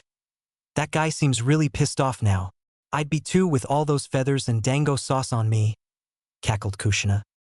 Oh, Kami-sama. I bet him he'd never find a use for those. And he did. I owe him 3 bowls of ramen now, howled Karen. Why but plugs? Best way to shut up an asshole, said Karen, grinning. She had got them as a joke and Naruto had been beyond embarrassed when she brought them up around Frigga. Loki had about coughed up a lung from laughing so hard. Yes, people, I did just directly quote the story Bondage Style, which is one of the most hilarious Naruto stories out there. I would absolutely recommend it for a good laugh or 20. Minato was having serious doubts about the elite claim on his ANBU, as Erasure not only trashed the hour deadline, he flouted his ability to evade and humiliate his best fighters. It was 2 hours after Arashi's prank to get them in the right mood had passed.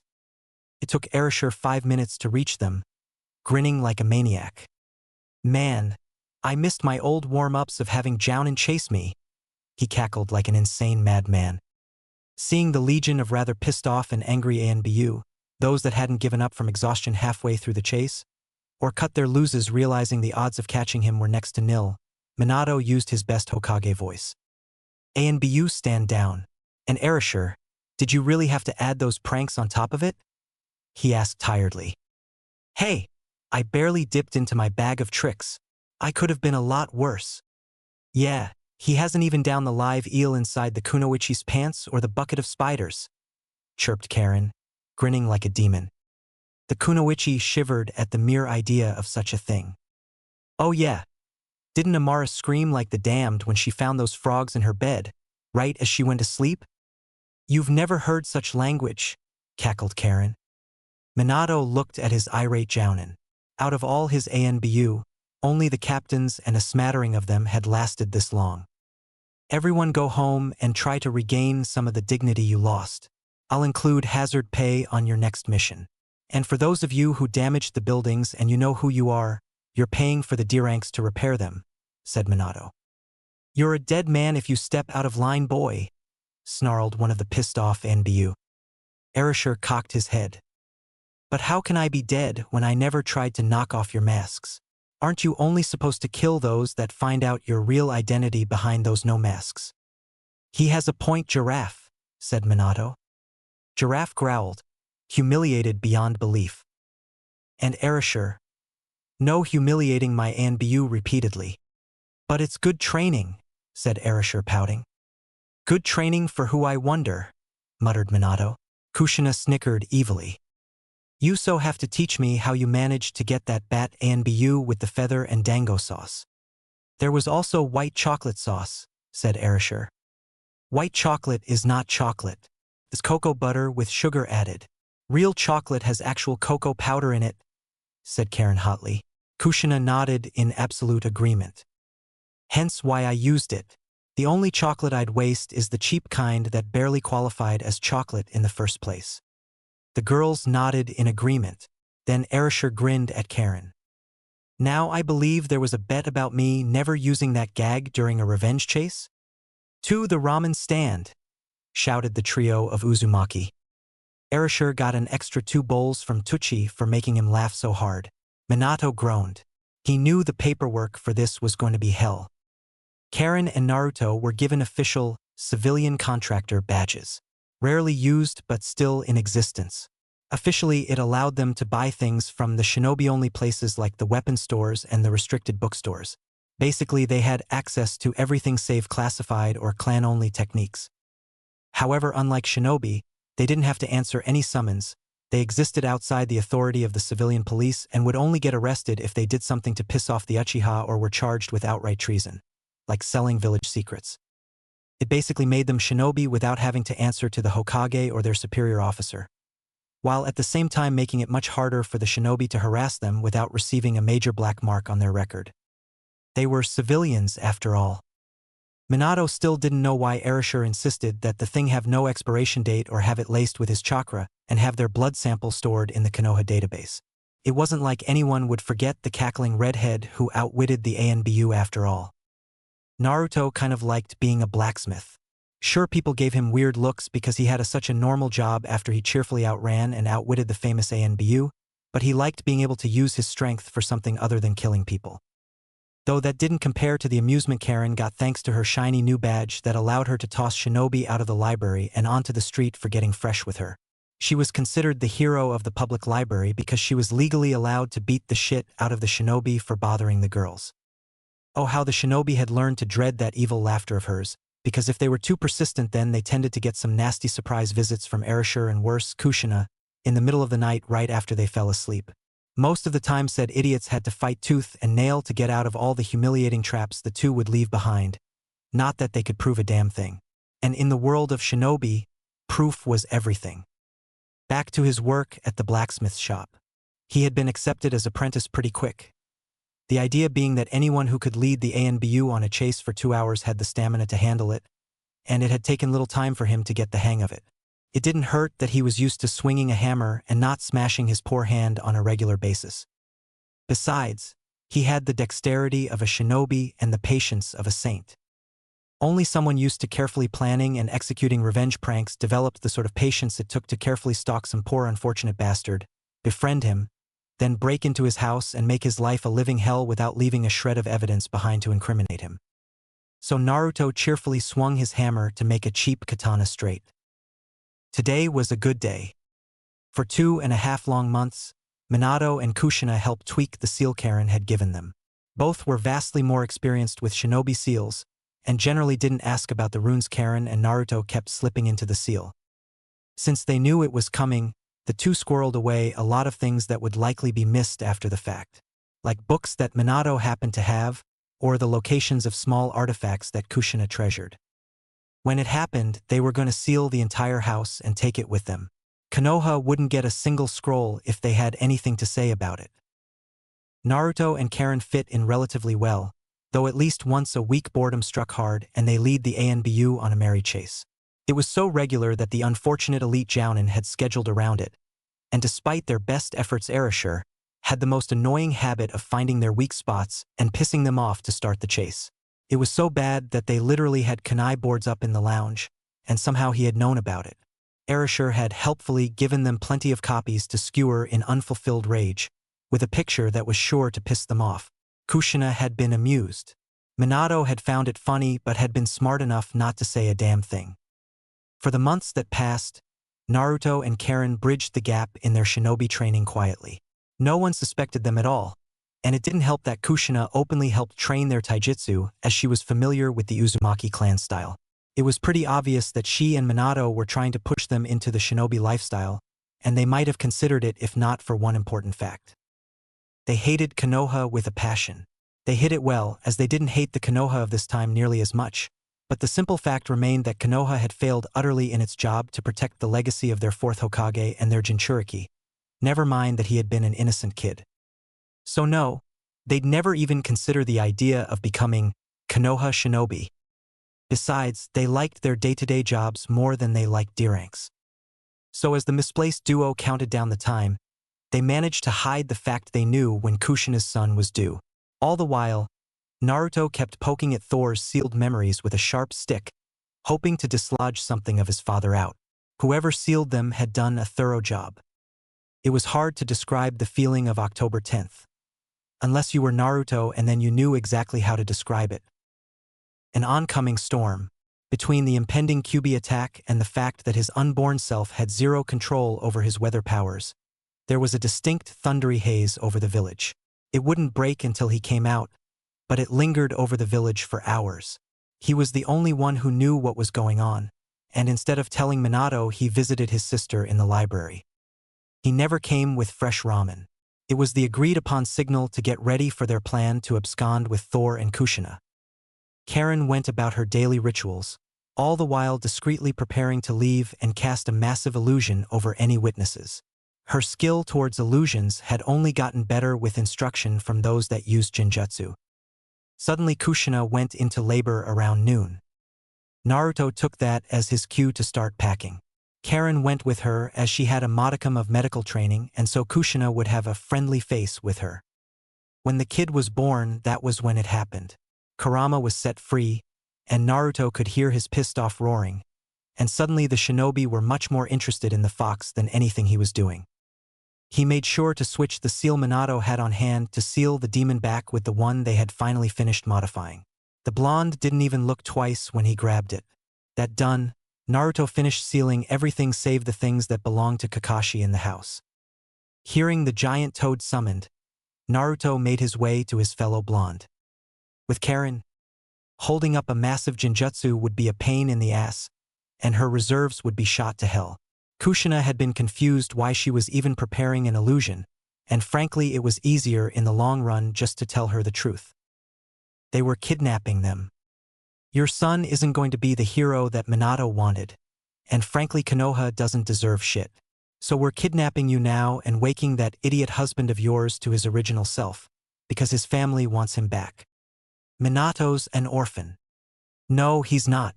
He has a memory seal on his mind, keeping his original memories blocked until he finds a certain weapon. Remember how you commented on how alike the Death God seal and the one I brought with me were? That's because I copied it off your son's stomach, said Karen. You used that time travel seal in Whirlpool, didn't you? Accidentally, yes. Kushina winced as she sat up. If you're going to kidnap us and take us to another time, then to get back you have to get into the center and find the rock under the seal and drip blood on it. It's how the Uzumaki became seal masters in the first place. We abused the rock's ability to traverse time and borrowed the books that the seals came from, and eventually we got good enough on our own. Naruto appeared and heard that bit. House is sealed away. We ready in here? Almost. Think you can move? Asked Karen. I think I have internal bleeding, said Kushina. Damn it. Here's what we'll do. I'll henge myself into Kushina, help hold back Kurama, and then tell the old toad to reverse summon us to the summoning realm. We don't have a contract, said Karen. I do, but I never saw a point in using the damn thing since Kurama said that he had pretty much stolen it from the Kitsune clan. Let's go. The sooner I can get a chance to try and fix the bleeding without having to prepare a massive genjutsu, the better for all of us. You got the doubles ready? Of course. My clones have already been dispersed. Let's go. He's about to seal Kurama into you now, said Karen. It was rather anticlimactic how the switch went. All the prep work and the fact no one was expecting them to do it meant everything went smoothly. A little too smoothly, but then again no one was expecting a pair of misplaced Uzumaki to outright kidnap the fourth and his wife after a major battle and leave their son behind with some shadow clones to make it look like they had all died but the kid. Tracking down Tsunade was a pain in the ass, but totally worth it in the long run as she healed the scarring done by Karen's inexperience. Kushina would live to have more children. Many more if she had any say about it. Minato had to be kept under a stasis seal that kept his blonde ass knocked out, as there was a high chance he would try to return to Konoha. As much as Kushina loathed the idea, she agreed it was better to keep the timeline straight, at least until she prepared a proper revenge for the years of hardship her son was about to endure. Once they were in Whirlpool, having gone through the cleared primary entrance, Naruto carefully dug into the sealing circle and dropped their blood onto the time stone. With a flash of light, they were gone. With Loki, there was a surge of energy, and suddenly Naruto, Karen, and two others were in the circle. Naruto was quick to drag the other two as far away from the circle as he could. Naruto, who are they? Naruto turned, saw Loki and beamed at him. Dad! Oof! Get off of me, you idiot! Now what happened and where did these two come from? Dad! Meet Minato Namikaze and Kushina Uzumaki. Loki narrowed in on Minato. You cheeky little brat. You actually did it. Yeah, I did. Now all we have to do is see if he's worthy enough to hold the hammer again and grandmother will be thrilled. Okay. I'm confused, said Kushina. You know how everyone refers to the Uzumaki heir as a prince or princess? Asked Karen dryly. Yes, said Kushina, annoyed. She hated those titles. Well, in his case, it's literal. Minato is actually a prince who got misdirected and sent here as punishment for being an arrogant brat. Only something went wrong and he ended up dying when your son was born. And that seal that was placed on Naruto kept the soul alive, but not the body. The original plan was to find more stones like the one we just used to transfer them out. But Naruto had a more simple solution. Go back in time and switch us with fakes, allowing our deaths to remain but keep us alive in the long run so they got their prince back, said Kushina, nodding in approval. Suddenly she remembered something and grinned. That civilian contractor thing. You wanted it to keep the Konoha from forcing you back into their shinobi corps. Absolutely. They're going to be pretty pissed that they lost their Jinchuriki, but they can go screw themselves for all I care, said Naruto, cackling. We need to go. The sooner we remind that idiot brother of mine who he is, the sooner we can straighten things out, said Loki. Left unspoken was that he had no desire to deal with the shinobi he had seen on the outskirts of the ruined village. Oh wait, is there any way to? Started Naruto. Third drawer on the desk. Touch the rock with it and it'll be sealed into it without activating, Kushina said without hesitation. Loki was confused, but when he saw what Naruto carefully dug up and then sealed into a rather odd necklace, his jaw dropped. If you had the stone, then why didn't you? Let me put it this way. We've had it for a long time and figured out how to use it. Naturally, we'd also see what would happen if the other countries knew about it. So which sounds like a more feasible way of avoiding all-out destruction? Allowing our village to be destroyed and our people scattered, or abuse the stone and accidentally allow its existence to be known? As far as anyone needs to know, he found a seal and accidentally activated it through Kyuubi's chakra, and then used it to get back. It keeps people from asking about the necklace, because obviously he picked it up in the past, said Kushina. When the first Uzumaki found the stone, they had seen all the futures connected to it. And the only one that didn't end with the world completely annihilated was when a blonde sealed it away in a necklace and took it away from the world. No one knew what the stone was, just that it was too powerful for anyone to have it except that boy. and only the heirs and the elders who knew how to keep their mouths shut were allowed to even know its existence. The first thing Minato saw was gold. A lot of it. The second thing he saw was a blonde Arisher, which had him blink, and his wife.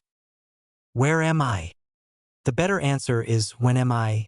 And the answer would be roughly 15 to 16 years.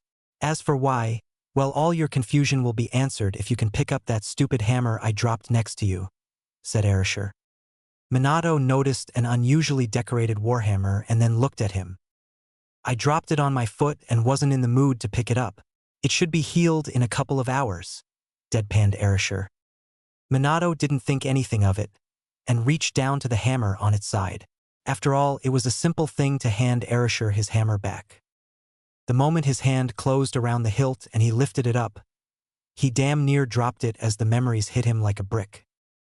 His eyes cleared up as his full power was unsealed and the memories were promptly filtered into the appropriate slots. Above the palace, a massive storm that even Naruto wouldn't have been able to create, at least not yet, formed as lightning struck the general area of where the infirmary was. Thor had woken up.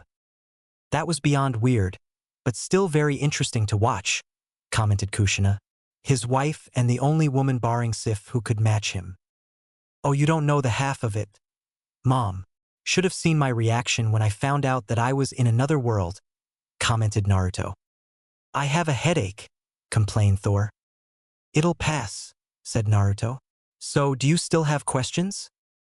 Naruto's comment about when he came back, and now he could see what his son had meant about the hammer. The only question he had was, why the kidnapping? You died, more or less, when the fox attacked the village.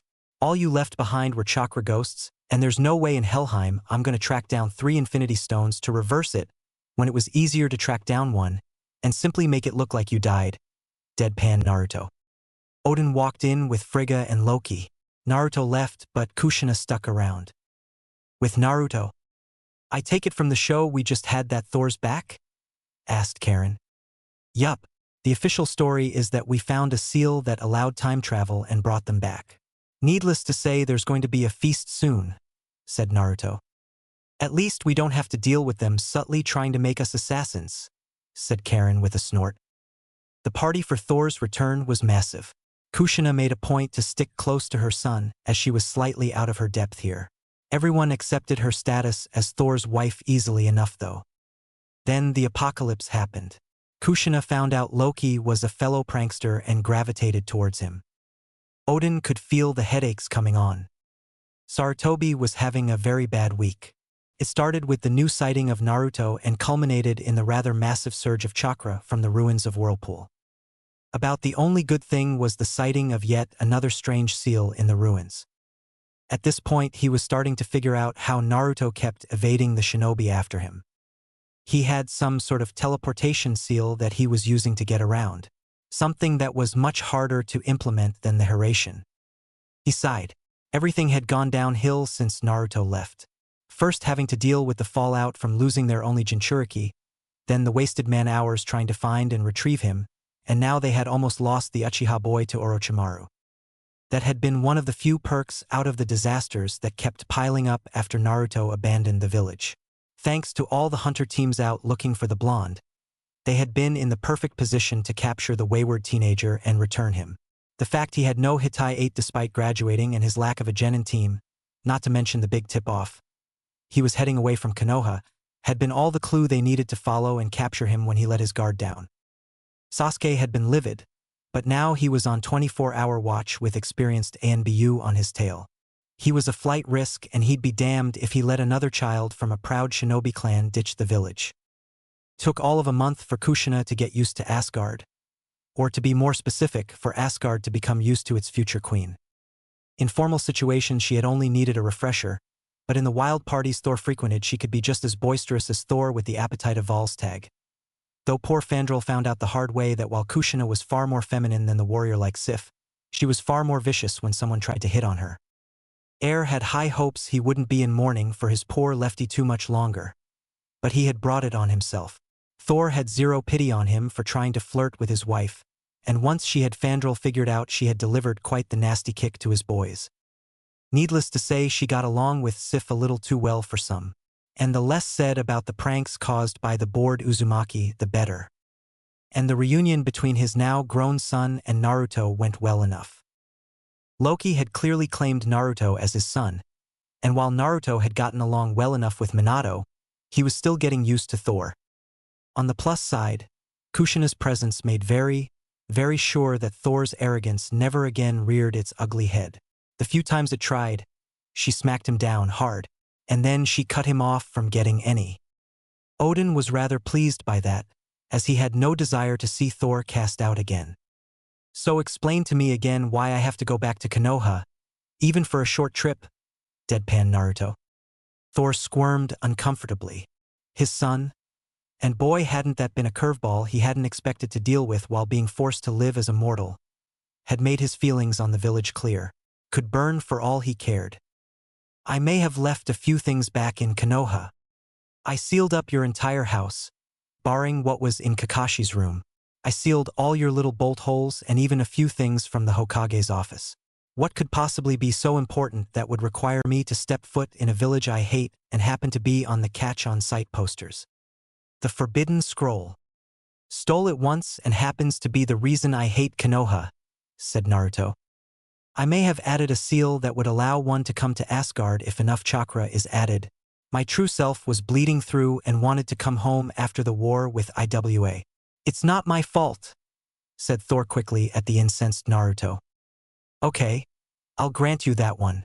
Shit, the last thing I want is to deal with idiotic Konoha Nin after my ass because some moron found a way to Asgard. Oi, Karen, we're heading on a road trip to rob Konoha blind, he shouted down the halls. Why? She asked, popping her head out of her room with only a towel on. Dumbass left a seal that could bring Konoha here, and you know they've had a hard-on about catching me since I told them to go screw themselves. Wouldn't this be the perfect chance to grab some of your friends like Kurama and really piss off the elemental nations?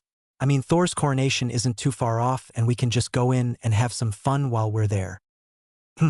This is a good point, and plus we might as well make it one last trip anyway to retrieve the Uzumaki clan.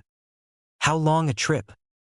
Well, I'm thinking a year or so, piss off a lot of the shinobi and make them try to find a way to get to us only to fail in an epic manner and never forget us, said Naruto. Karen's grin was evil. I heard the words epic pranks and memorable montage, said Kushina seriously. We're going to have one last trip in the elemental nations and leave with such a bang that there is no way in hell anyone will ever say the name Uzumaki without either shivering in fear or trying to repress horrible memories of pranks that will pop up at inconvenient times. Oh, and rob everyone blind, of course. Kushina cackled. I knew you would take after me more than you would your father. Naruto grinned evilly. Thor shuddered, as he still remembered Kushina's horrible mood swings while pregnant. I heard the word chaos, said Loki evilly. We're going to make a vacation out of collecting the Uzumaki, all the while stealing everything that isn't nailed down and causing untold panic that will ensure that no one ever forgets the name Uzumaki ever again for fear of what we'll do to them if they do. Kushina and Loki both cackled at the implications. I want in. Cloak and dagger is fine and all, but it gets boring when you figure out what buttons to push without actually trying, said Loki. Now to convince Odin, said Naruto. Convincing the king turned out to be the easy part. Packing was not. More to the point, they had to come up with a plan of attack so they didn't end up stuck in Konoha due to any obligations. They wanted their Jinchuriki back, and Naruto hated them with a passion. He almost couldn't wait to see that senile old man's face when he found out Naruto had a legal and legitimate civilian contractor's card that had no expiration date. Payback was going to be a bitch, and he had the feeling the ANBU would remember him pretty quick when he walked through the gates. Karen hit him on the head. No evil cackling without a proper audience to appreciate it. Just thinking of how quick the ANBU are going to be cursing our name when they find out I'm alive and back. Oh, carry on then, said Karen. Naruto resumed his evil cackle of doom. I heard evil cackling and I want in, said Loki. The uncle/nephew duo proceeded to cackle evilly at the impending chaos. Karen eventually joined in, and almost everyone avoided that corridor for hours. Their vacation in the elemental countries started out simple. They were completely devoid of the local currency, and carrying gold around was pretty annoying. So they hit up Moon Country for a while because it had casinos. Oh, and dealt with some pissy missing Neen, rescued the king and more or less cleaned out the damn near every high-stakes casino on the island.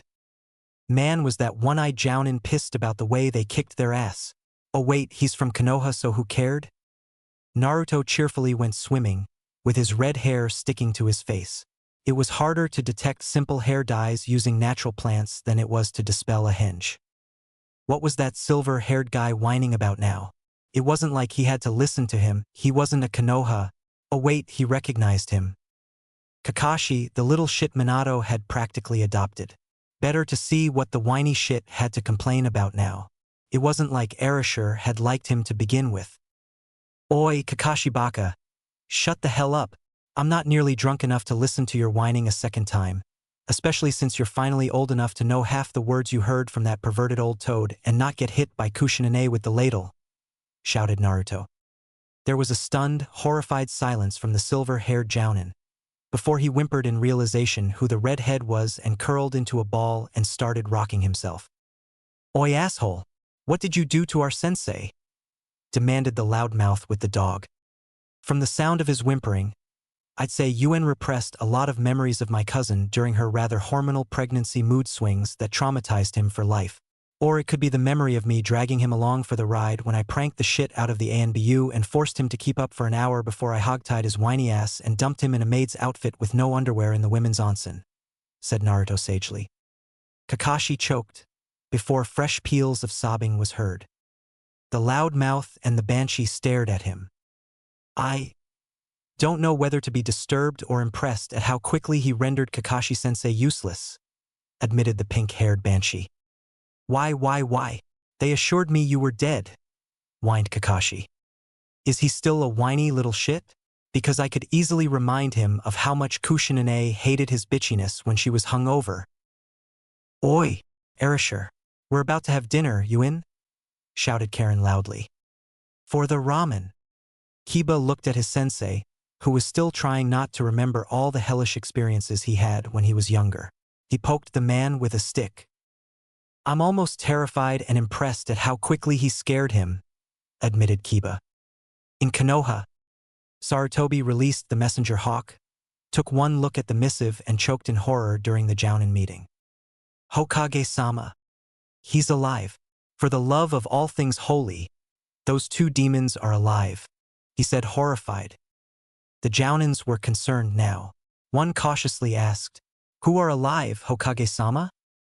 Sarutobi looked up from the missive and said with a voice that could have declared that the Kyuubi was about to attack, Erasure and Karen Uzumaki, Kushina's cousins. They're alive and in Moon Country. It took 3.6 seconds for that statement to process, and when it did he had the unique sight of the ANBU all breaking down in horror. Well, all but one of them. And oh, not the red-haired devils. Sweet, I get to go drinking with Erasure again, said Anko happily. Erasure had been the only civilian who hadn't given two shits about her old teacher, and had treated her like a person. He also paid her dango addiction without complaint. The Hokage whimpered. He remembered the paperwork those two left in their wake. If Naruto had been bad after a prank, Erasure was 20 times worse, if that was possible. He shuddered, and hoped like hell that the civilian contractors past Minato had signed had had an expiration date. Naruto was grinning evilly as word quickly spread about Erasure being back. At a few years, and no one knew he wasn't actually in his late 20s. Watching grown men with animal masks see him in civilian villages, then scream like little girls and make warding gestures while shouting at the top of their lungs that the evil one has returned, never got old. Every time it happened, Loki broke down laughing his ass off with Karen, who took pictures. Of course then he had to explain to the local police why battle-hardened ninja who could kill and not bat an eyelash ran away from him screaming. Watching them privately wonder how tough ninja could be when they ran away from a prankster was just as funny. Seeing a familiar face, Naruto grinned even wider. Oi, Ero-sanin, long time no see, shouted Naruto loudly enough for the women to realize that the infamous pervert was on the other side of the fence peeping on them again. Jiraiya took one look at Naruto and paled rather impressively. Loki snickered. Dear Kami, I thought we were finally rid of you after. He whimpered. Oh yes, Naruto made impressions on people when he was bored. You almost had to pity Asgard when he became king. Naruto cackled evilly, making Jiraiya shudder. This was Erasure all right. No one could scare grown men that quick with just a laugh save him. So where have you been? Asked Jiraiya, once he repressed a large number of rather horrifying incidents all over again. The Uzumaki have a time displacement seal that I got caught up in, said Naruto dismissively. Jiraiya blinked. Time displacement seal? I destroyed it once I came back to my proper time, but it was a pain in the ass. Personally, I can't wait to see the expression on that old monkey's face when he finds out who Erasure actually is, and why he's been missing for nearly 16 years.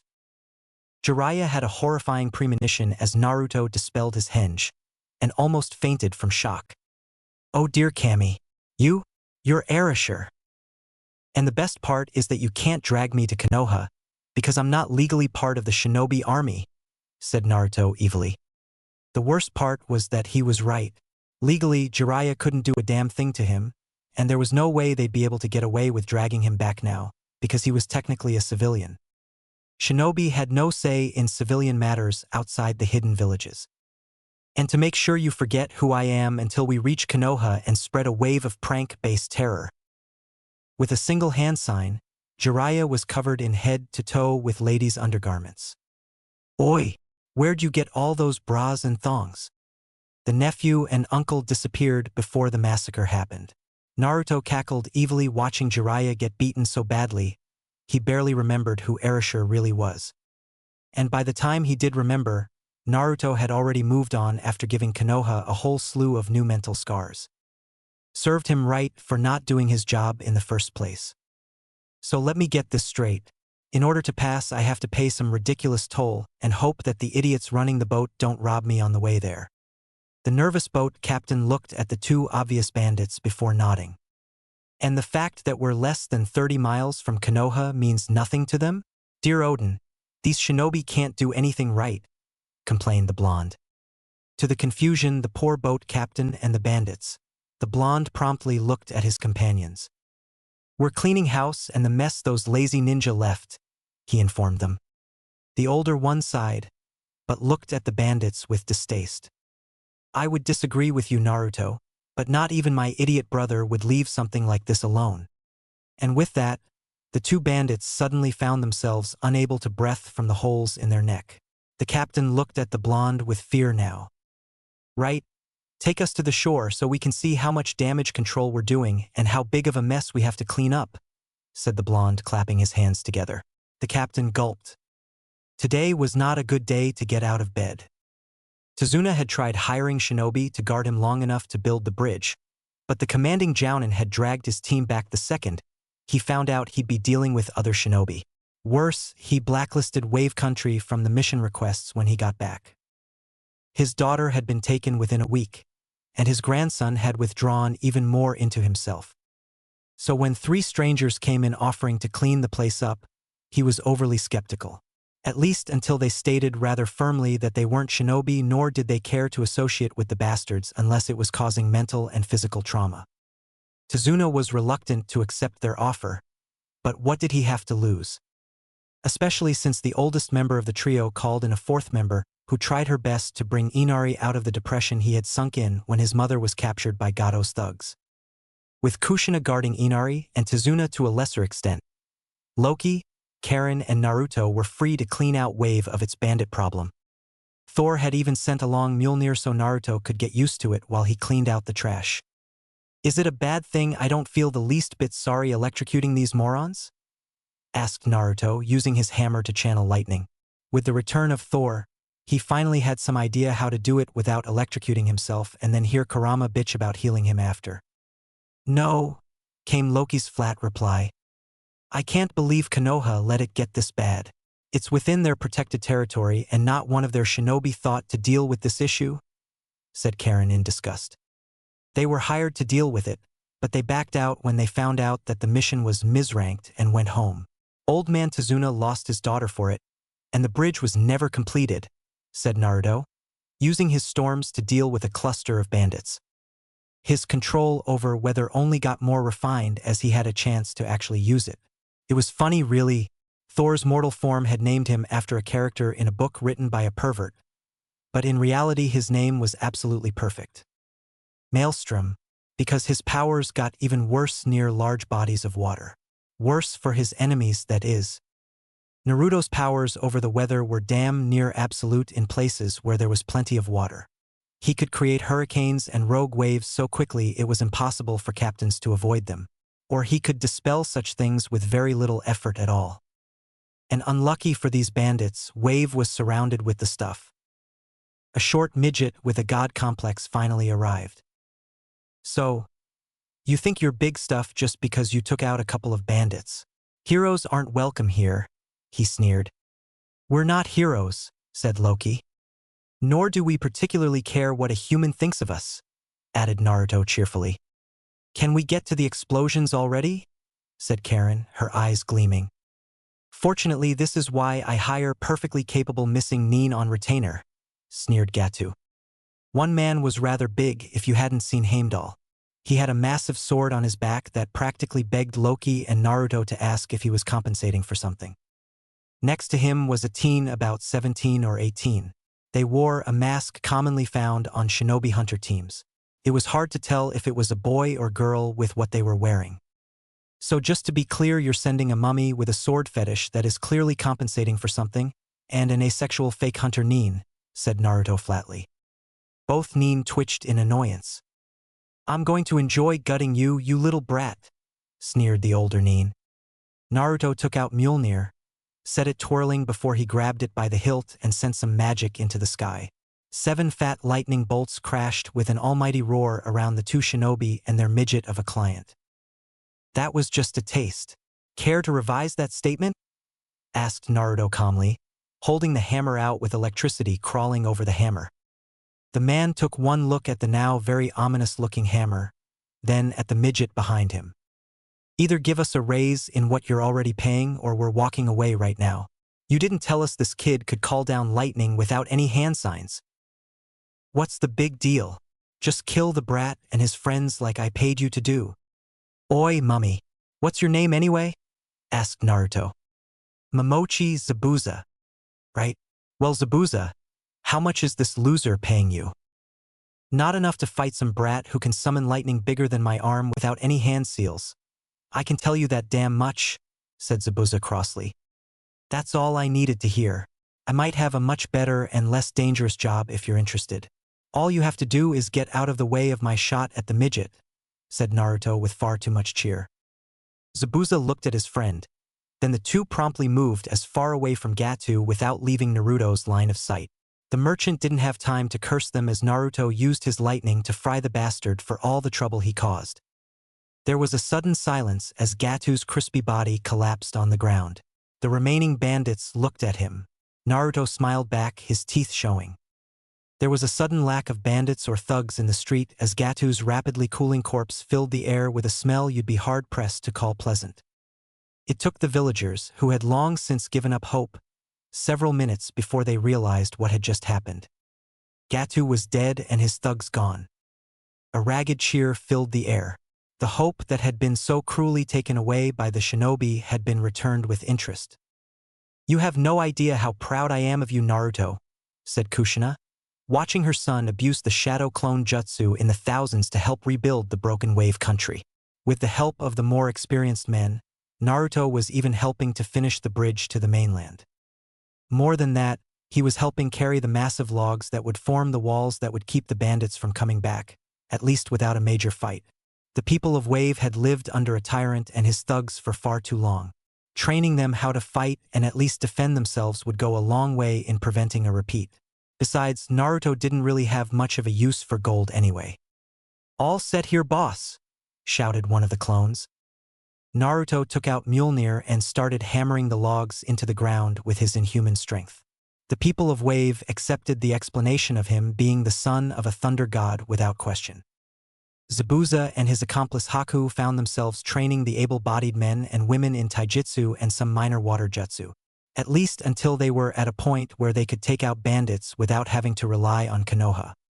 And that was a big selling point for Zabuza, being able to piss off one of the big five in a way that they couldn't declare war on the recovering village for. Sure, they had only been planning to stick around for a month, rather than 2, but this would create long-term benefits. For one thing, it meant they could have a proper meeting place for the Uzumaki clan once they started to spread the word out. Kushina was helping as well. She used her chakra chains to hold the logs in place while Naruto put them in the ground deep enough that it would take some serious damage to move them. And to ensure that the shinobi never found out what they were doing, Naruto had a wall of mist around the area that made it impossible for anyone in the mainland to see what was going on. By the time any Konoha nin came this way, it would be far too late to do anything but report it. Either way, after they abandoned Wave to Gatu, they weren't going to be welcomed. And if they did manage to get in, they were going to be charged through the nose for it. The people of Wave might one day forgive their betrayal, but they wouldn't forget anytime soon. It would take them 3 more weeks, but when the last log was put into place and the last brick was set in the main bridge, a cheer was heard. The mist dispelled, and the finished buildings could be seen in the bright sunlight. The people of Wave unanimously agreed on the name of the bridge. The Great Naruto Bridge, for the demigod who restored their battered country and ended the reign of the monster who nearly destroyed them. More than that, he had restored the pride and given them a second chance. It wouldn't be long after Naruto and his group left that the people of Wave started exporting strange charms. The hammer of the gods, that brought down the storm that wiped away all the evil of the world.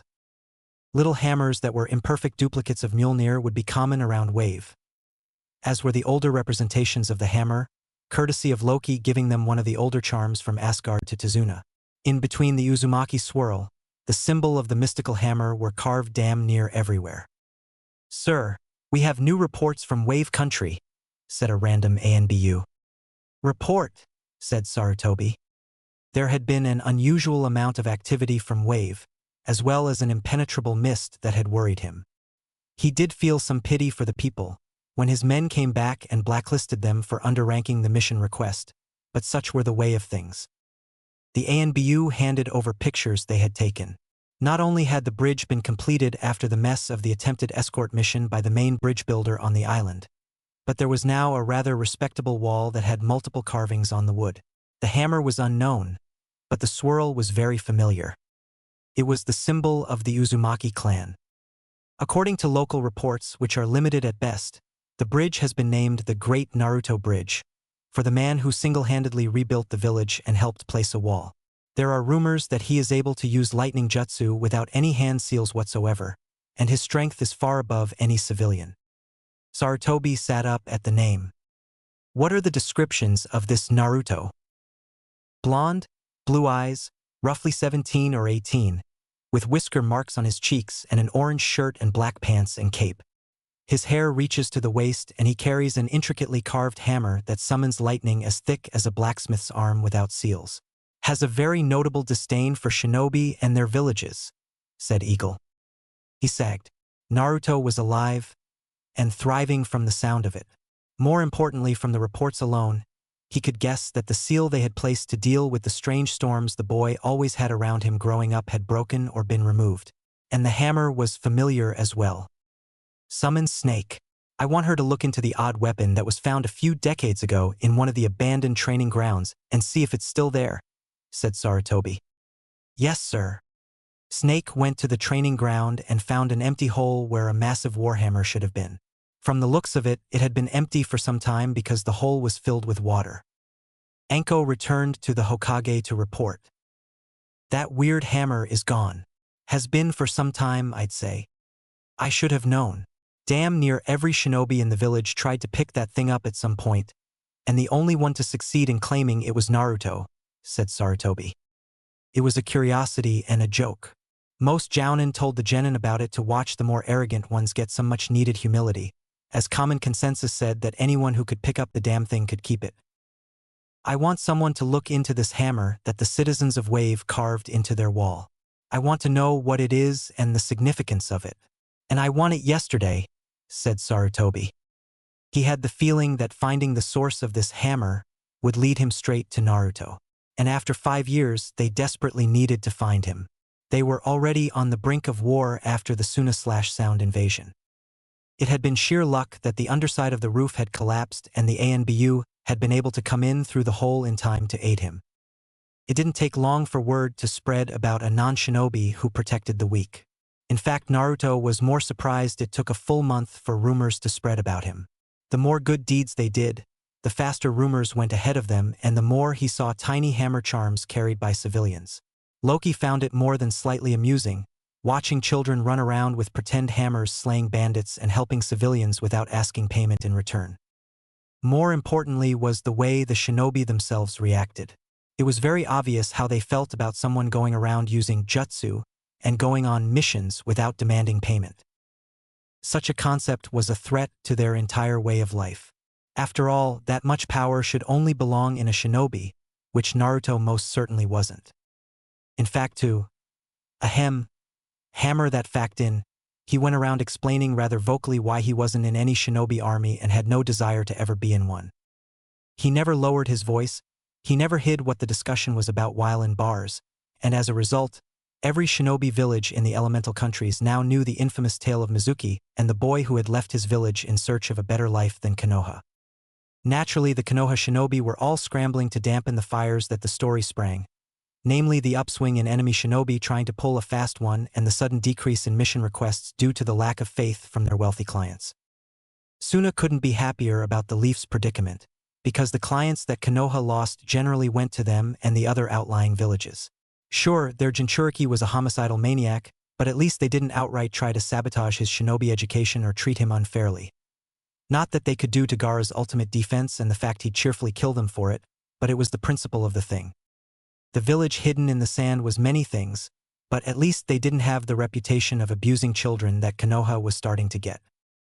And it really didn't help that the civilians of Konoha didn't know to keep their mouths shut about the blonde, so when discreet inquiries were made by enemy shinobi and other merchants, and they heard how the demon brat used to terrorize the village with his pranks and how they were glad the brat was gone, well, it didn't look good for the Leaf Village. Jiraiya grimaced when he heard yet another story about his home village. The public opinion of Konoha had really gone downhill lately since Naruto had finally reappeared on a public level. It would be a total public relations nightmare if Konoha tried to reclaim him right now, especially since he had made it clear he didn't want to go back. As if it wasn't bad enough that people outside the village, those who had no connection to the Kyuubi attack on the night Naruto was born, or any knowledge of the tailed beasts in general, finding out that even the civilians had been discreetly trained by the shinobi to treat an innocent child like a monster was not something the nobles wanted to hear.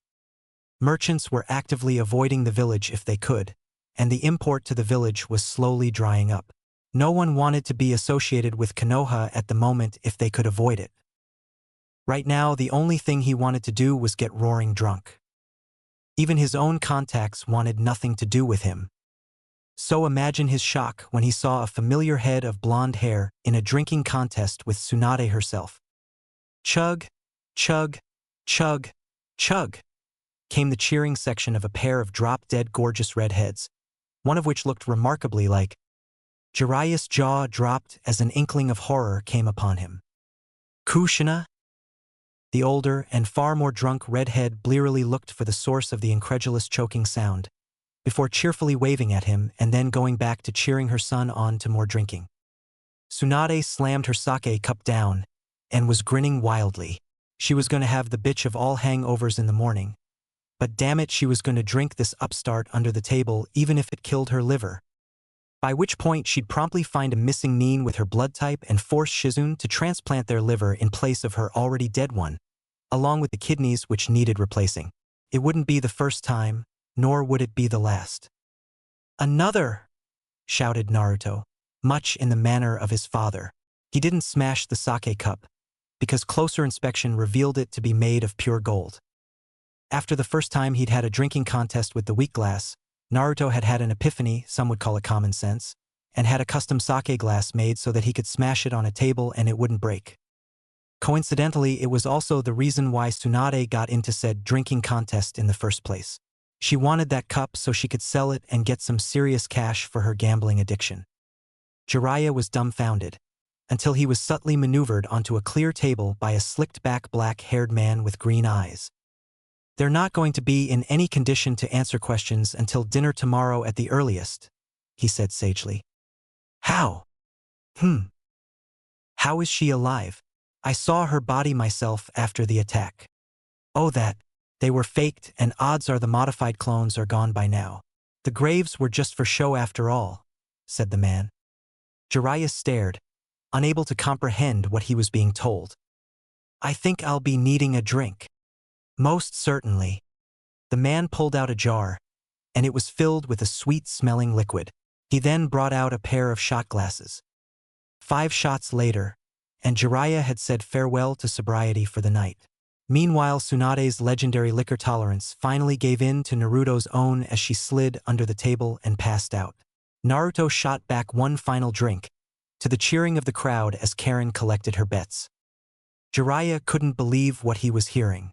Minato was in fact a displaced god who had been sent to their planet to learn a lesson in humility.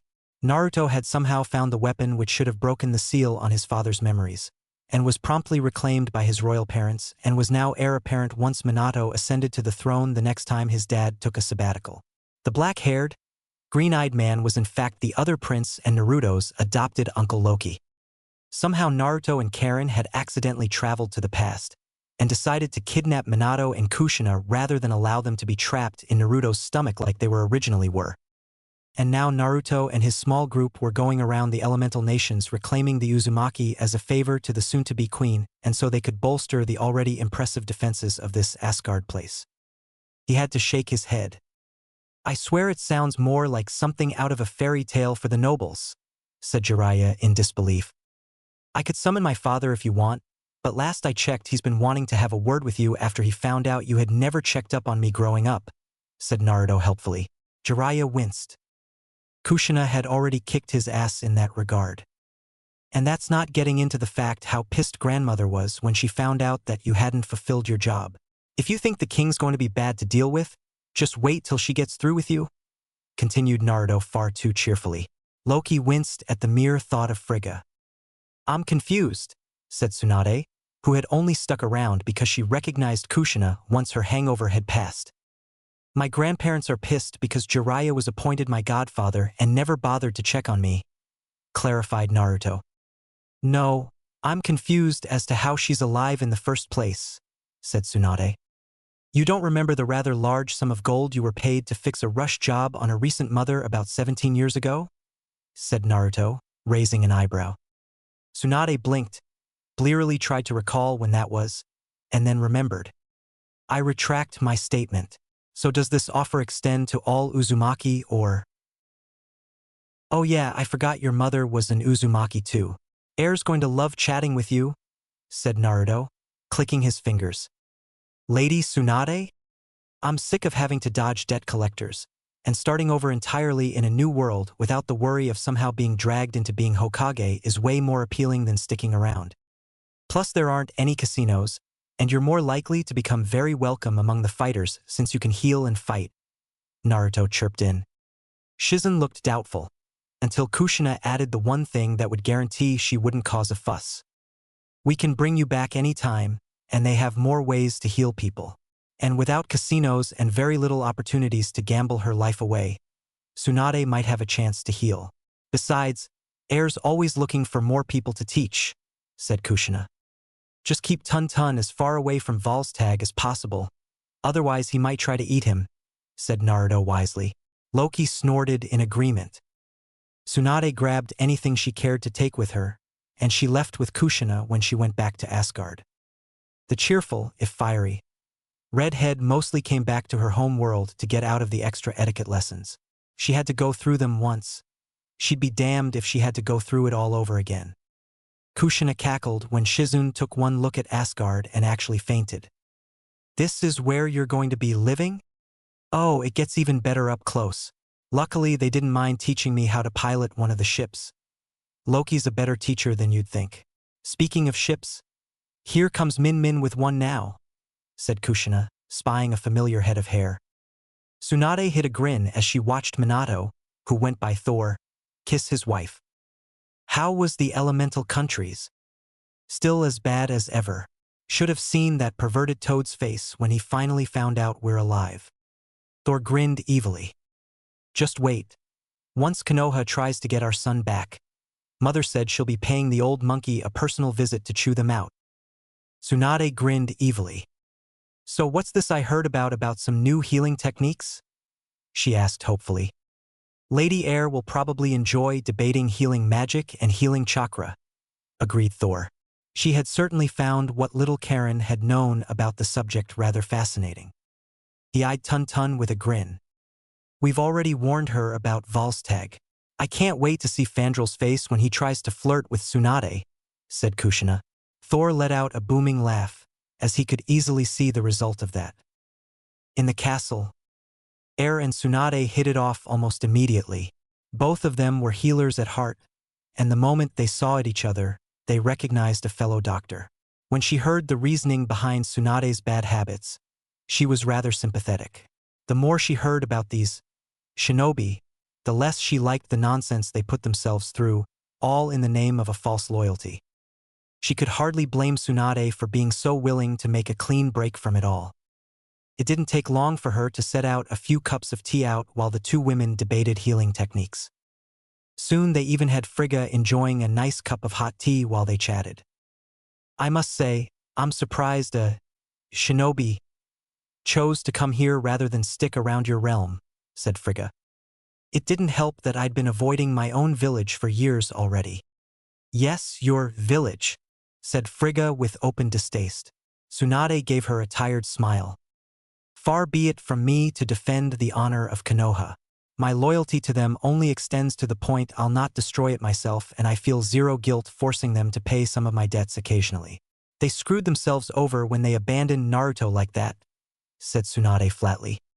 Frigga liked her more already. Lady Tsunade, said Shizune uncertainly. It's all right, Shizune. It's nice that we'll never have to worry about those idiots trying to drag me back again. As much as I respected Sarutobi-sensei once, he's brought this on himself, and I'll not try to clean up the mess he created, said Tsunade. Mess? Repeated Shizune, not quite getting it. Tsunade sighed. His first mistake was letting Naruto's status as someone holding a bijou out for the public. His second mistake was allowing the advisors to be formed. His third mistake was not putting an end to the nonsense the civilians and shinobi pulled from the get-go around Naruto, said Tsunade. She sneered as she said, his final mistake was allowing the council to have a say when he should have forced Jiraiya to make Naruto his apprentice immediately after the nonsense with Mizuki, rather than allow the councils to essentially ban him and deciding his fate. If he had done his job, rather than be swayed by public opinion, then perhaps none of this would have happened. Shizune winced. When she put it like that, it was technically the third's fault that Konoha's reputation was going down the drain. You know, had this happened a century earlier, I'd be jealous being ignored. Good thing you matured, right, Dad? Said Naruto cheerfully. No, I just learned there's a difference between being ignored and enjoying not having the spotlight on my every move, deadpan Loki. He shuddered in remembrance. All the little things he had come to take for granted had been placed under far too much scrutiny for his tastes, such as his habit of using the old paths rather than the Bifrost to get around.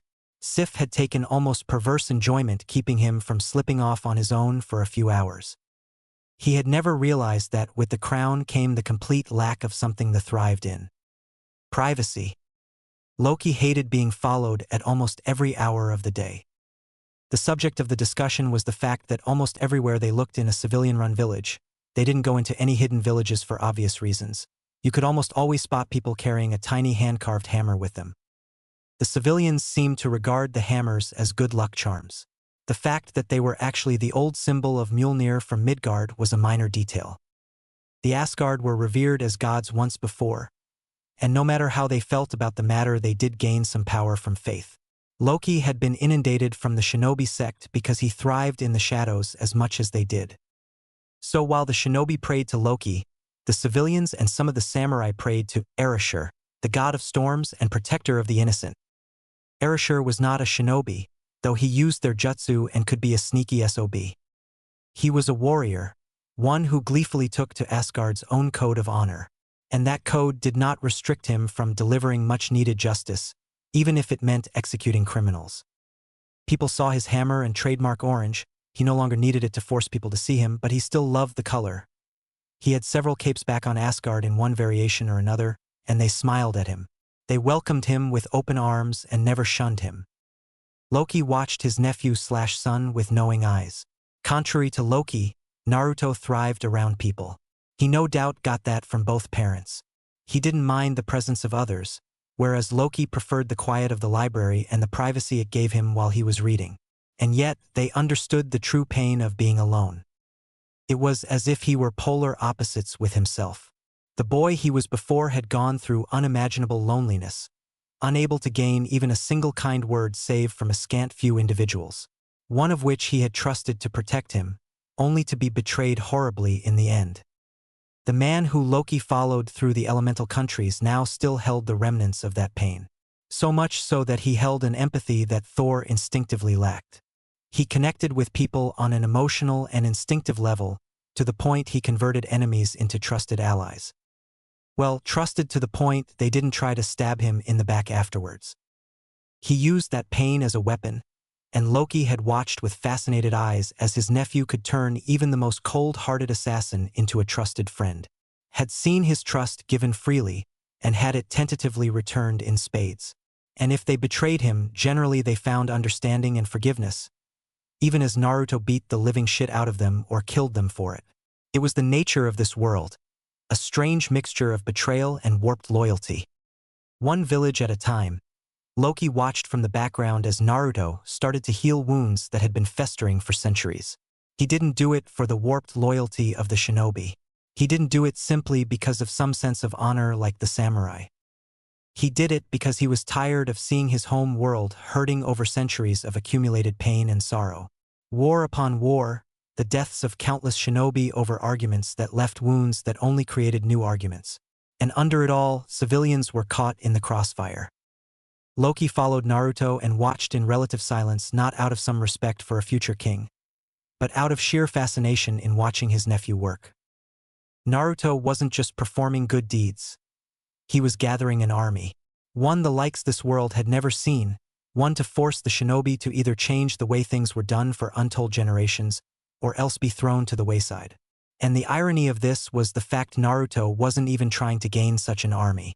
He just wanted to find the scattered remnants of his mother's family and learn to be the best king Asgard had ever seen. They were in the former hidden village of the Hot Springs. They found it more lucrative to be a tourist hot spot than a hidden village, and the shinobi had slowly been converted to an unusual police force. When rumors spread that there had been sightings of Leaf shinobi trying to harass Wave in an effort to bring it back under their protection, Naruto wouldn't trust the Leaf shinobi to protect a ruined storage seal. You know, you can fly to Wave in a matter of hours using Mjolnir rather than have to call Heimdall and hope he's willing to drop you off there, said Loki conversationally. Really? Said Naruto fascinated. Loki walked him through the steps, as he had seen Thor do this trick many times throughout the ages. The fact that it would solidify Naruto's image as a god of storms to the humans was a side benefit. Naruto got dressed, pulling on his favorite orange shirt, black cape that wrapped around his neck like a shawl, and black pants. He slid on the protective gloves he had gotten, which reduced the risk of him burning his hand through lightning manipulation, but left the fingers free to form any number of hand seals. He wore something that would look out of place on a shinobi, but provided far more protection than the open-toed sandals that the shinobi had a preference for. A thick pair of black boots that had metal that could deflect any number of mortal weapons. Around his neck was a simple collar that could form his armor over his shirt and legs. He didn't bother to tie back his blonde hair, which now reached a little past his neck. One would be hard-pressed to realize that the handsome blonde man was the same scrawny child who had performed countless pranks on people for attention. The man now didn't need his trademark orange. He held attention of everyone around him like a cloak, and he accepted it with some dignity. Though he'd still perform his infamous sexy jutsu, and the even more effective variant, the harem jutsu, on a drop of a hat. Hey, he was still a prankster. He began to twirl the hammer rapidly, his wrist though the leather strap so he didn't drop it and fall out of the sky like a complete idiot. It had happened to Thor more than a few times when he first learned how to fly unaided. Then he stopped and pointed the hammer in the direction of Wave Country. It took Naruto several seconds to realize he was flying. actually flying through the sky and clouds. Then he realized with some panic something Loki hadn't taught him. How the hell am I supposed to land? Back at the hot spring, Loki was chortling with evil amusement. Learning how to get off the ground was easy. Naruto would have to learn the hard way how to land. Everyone had their own methods, and it all boiled down to the same thing. Practice, practice, practice. Karen poked her head over the fence. Why did I just hear Naruto shouting in a deranged and slightly panicky manner?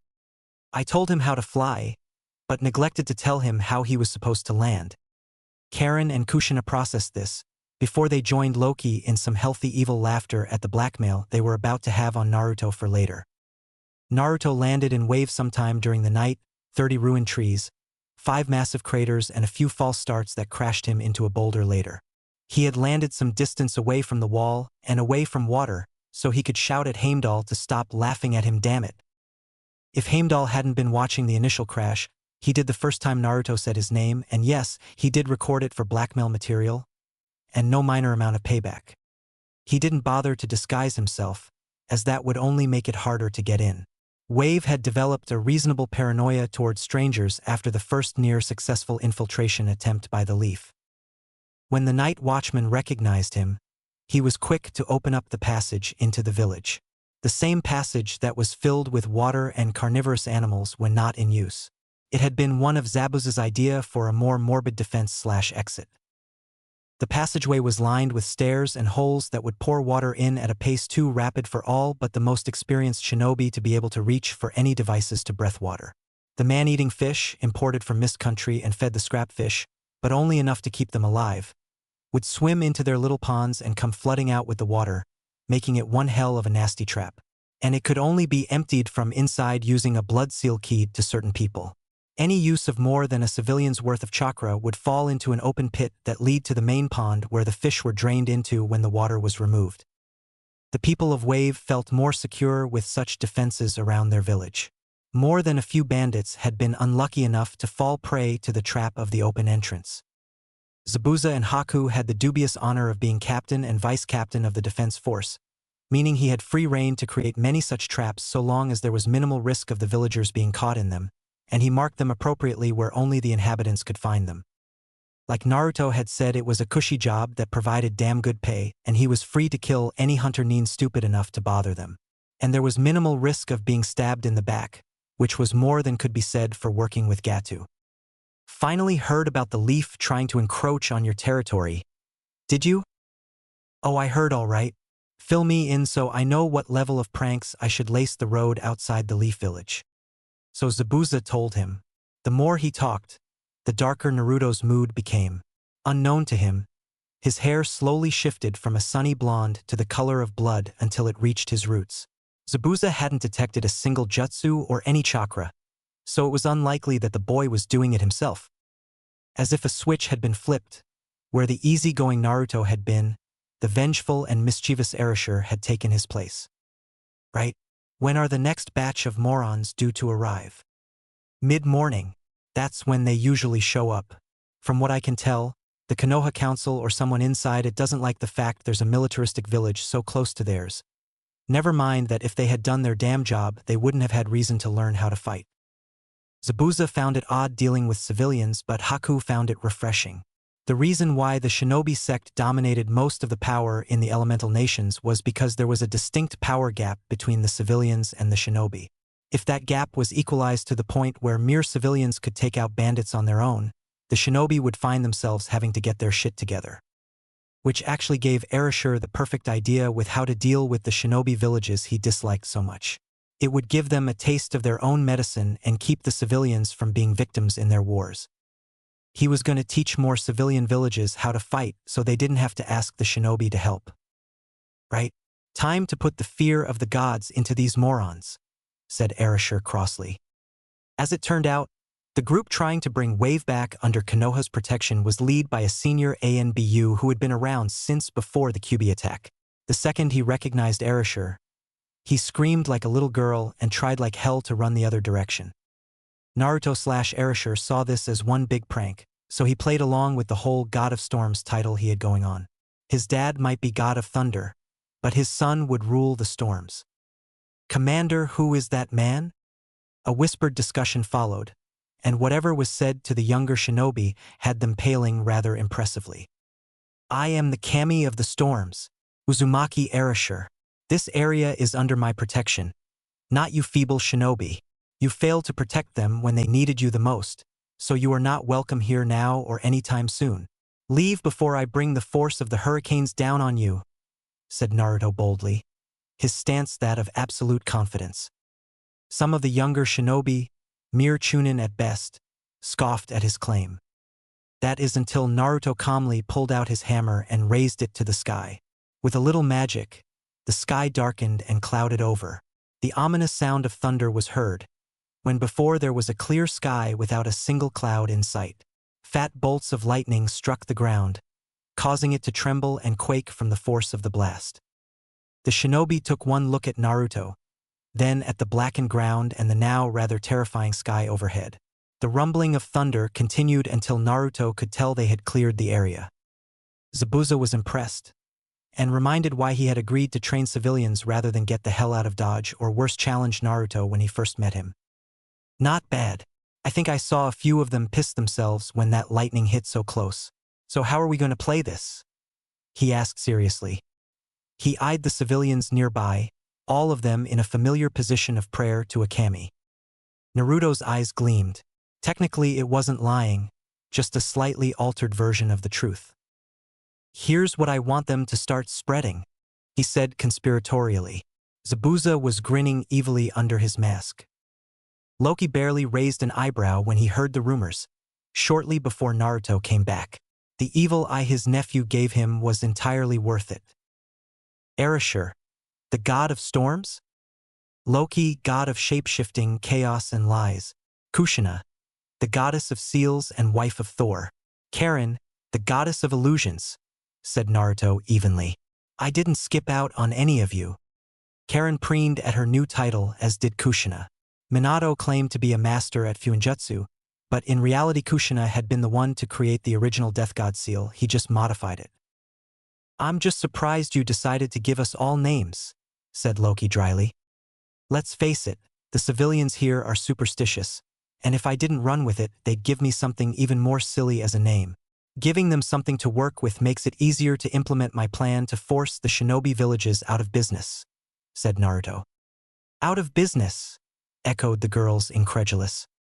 "What do you think will happen when the power gap between civilians, samurai, and shinobi suddenly started closing? Where they didn't have to hire out of their village to get rid of minor nuisances like bandits, and where the shinobi are suddenly out of many jobs that are critical to keeping their precious villages running." Kushina's eyes gleamed as she caught on. "If everyone is equal, then the odds of the shinobi running roughshod over the land with another war drop. And if it becomes known that the Uzumaki clan were responsible, all thanks to their patron deity Erasure, then we won't need to relocate the bulk of the clan. We can make a school for civilians to come and learn basic and advanced sealing, with the mastery level stuff left to the clan. They can go back and teach others, and through them they can start cutting down on the necessity for shinobi in the first place." "The hidden villages won't like it," warned Karen. "I don't give a shit. They make more of their money off their damn wars than they do missions. They're the reason why entire sections of landscape have been remodeled, compared to the chaos the Bijou caused," said Naruto flatly. Karen and Kushina winced because he had a point. The shinobi were usually the instigators of the wars that remodeled the landscape, and at the core of it all they made the most profit while the civilians had to deal with the fear of the fallout. The first hidden village had been a good idea, but by the time the third Hokage reclaimed his old post, everything had gone downhill. The entire shinobi system was corrupt and outdated. Sure, they wouldn't like finding the civilians no longer needed them as much as they had, but either they changed with the times or they fell to the wayside. There was a new cult growing, and unlike the rather terrifying priests of Jashin, this Erasure, Kami of Storms, had an actual face that the civilians could speak to, and he actually did something whenever sailors prayed to him. Those that carried the growing trend of intricately carved hammers found that the weather was just a little bit kinder on their voyages. Oh, there was still storms, but the risk of running into a ship killer dropped more than enough to support this Erasure and his claim of being a god. Now, under normal circumstances, the shinobi would pay such a god no mind. After all, it was obviously some missing ninja who had a god complex. Except it wasn't just the sailors or the pirates who prayed to him. And those that started erecting shrines to Ereshkigal and his group also had the worrying tendency to teach their able-bodied men and women how to fight. Those with bloodline limits on the run, particularly in water country, suddenly found shelter among these villages so long as they helped to train the other civilians how to fight and helped to bolster their defenses. One civilian who could fight moderately well wasn't a threat. Entire villages who could handle bandits on their own without hiring shinobi and were learning the very things that made shinobi a step above their less trained counterparts was far more worrying. It meant an entire village full of enemies. More worrying was the sudden drop in mission requests and the fact that the daimyos were all starting to look into said villages and their patron god Ereshkigal. The shinobi villages had been around for decades, if not centuries. The idea of changing the way they did things hadn't crossed their minds. It was fairly obvious that if the missions continued to drop, thus restricting the incoming money flow, and the civilians continued to learn how to fight as well as a genin, which was more than enough to deal with bandits, then the entire shinobi structure could very well fall apart at the seams. All-out war would break out. So the leaders of the hidden villages began to plot. If this Ereshkigal continued to be a threat, then clearly he'd need to be dealt with before things got out of hand. The first attempted assassination came from Kumo. It was fairly obvious what their thought processes were. They'd kill Naruto and steal the hammer, because every time he summoned a massive storm he always did it with Mjolnir.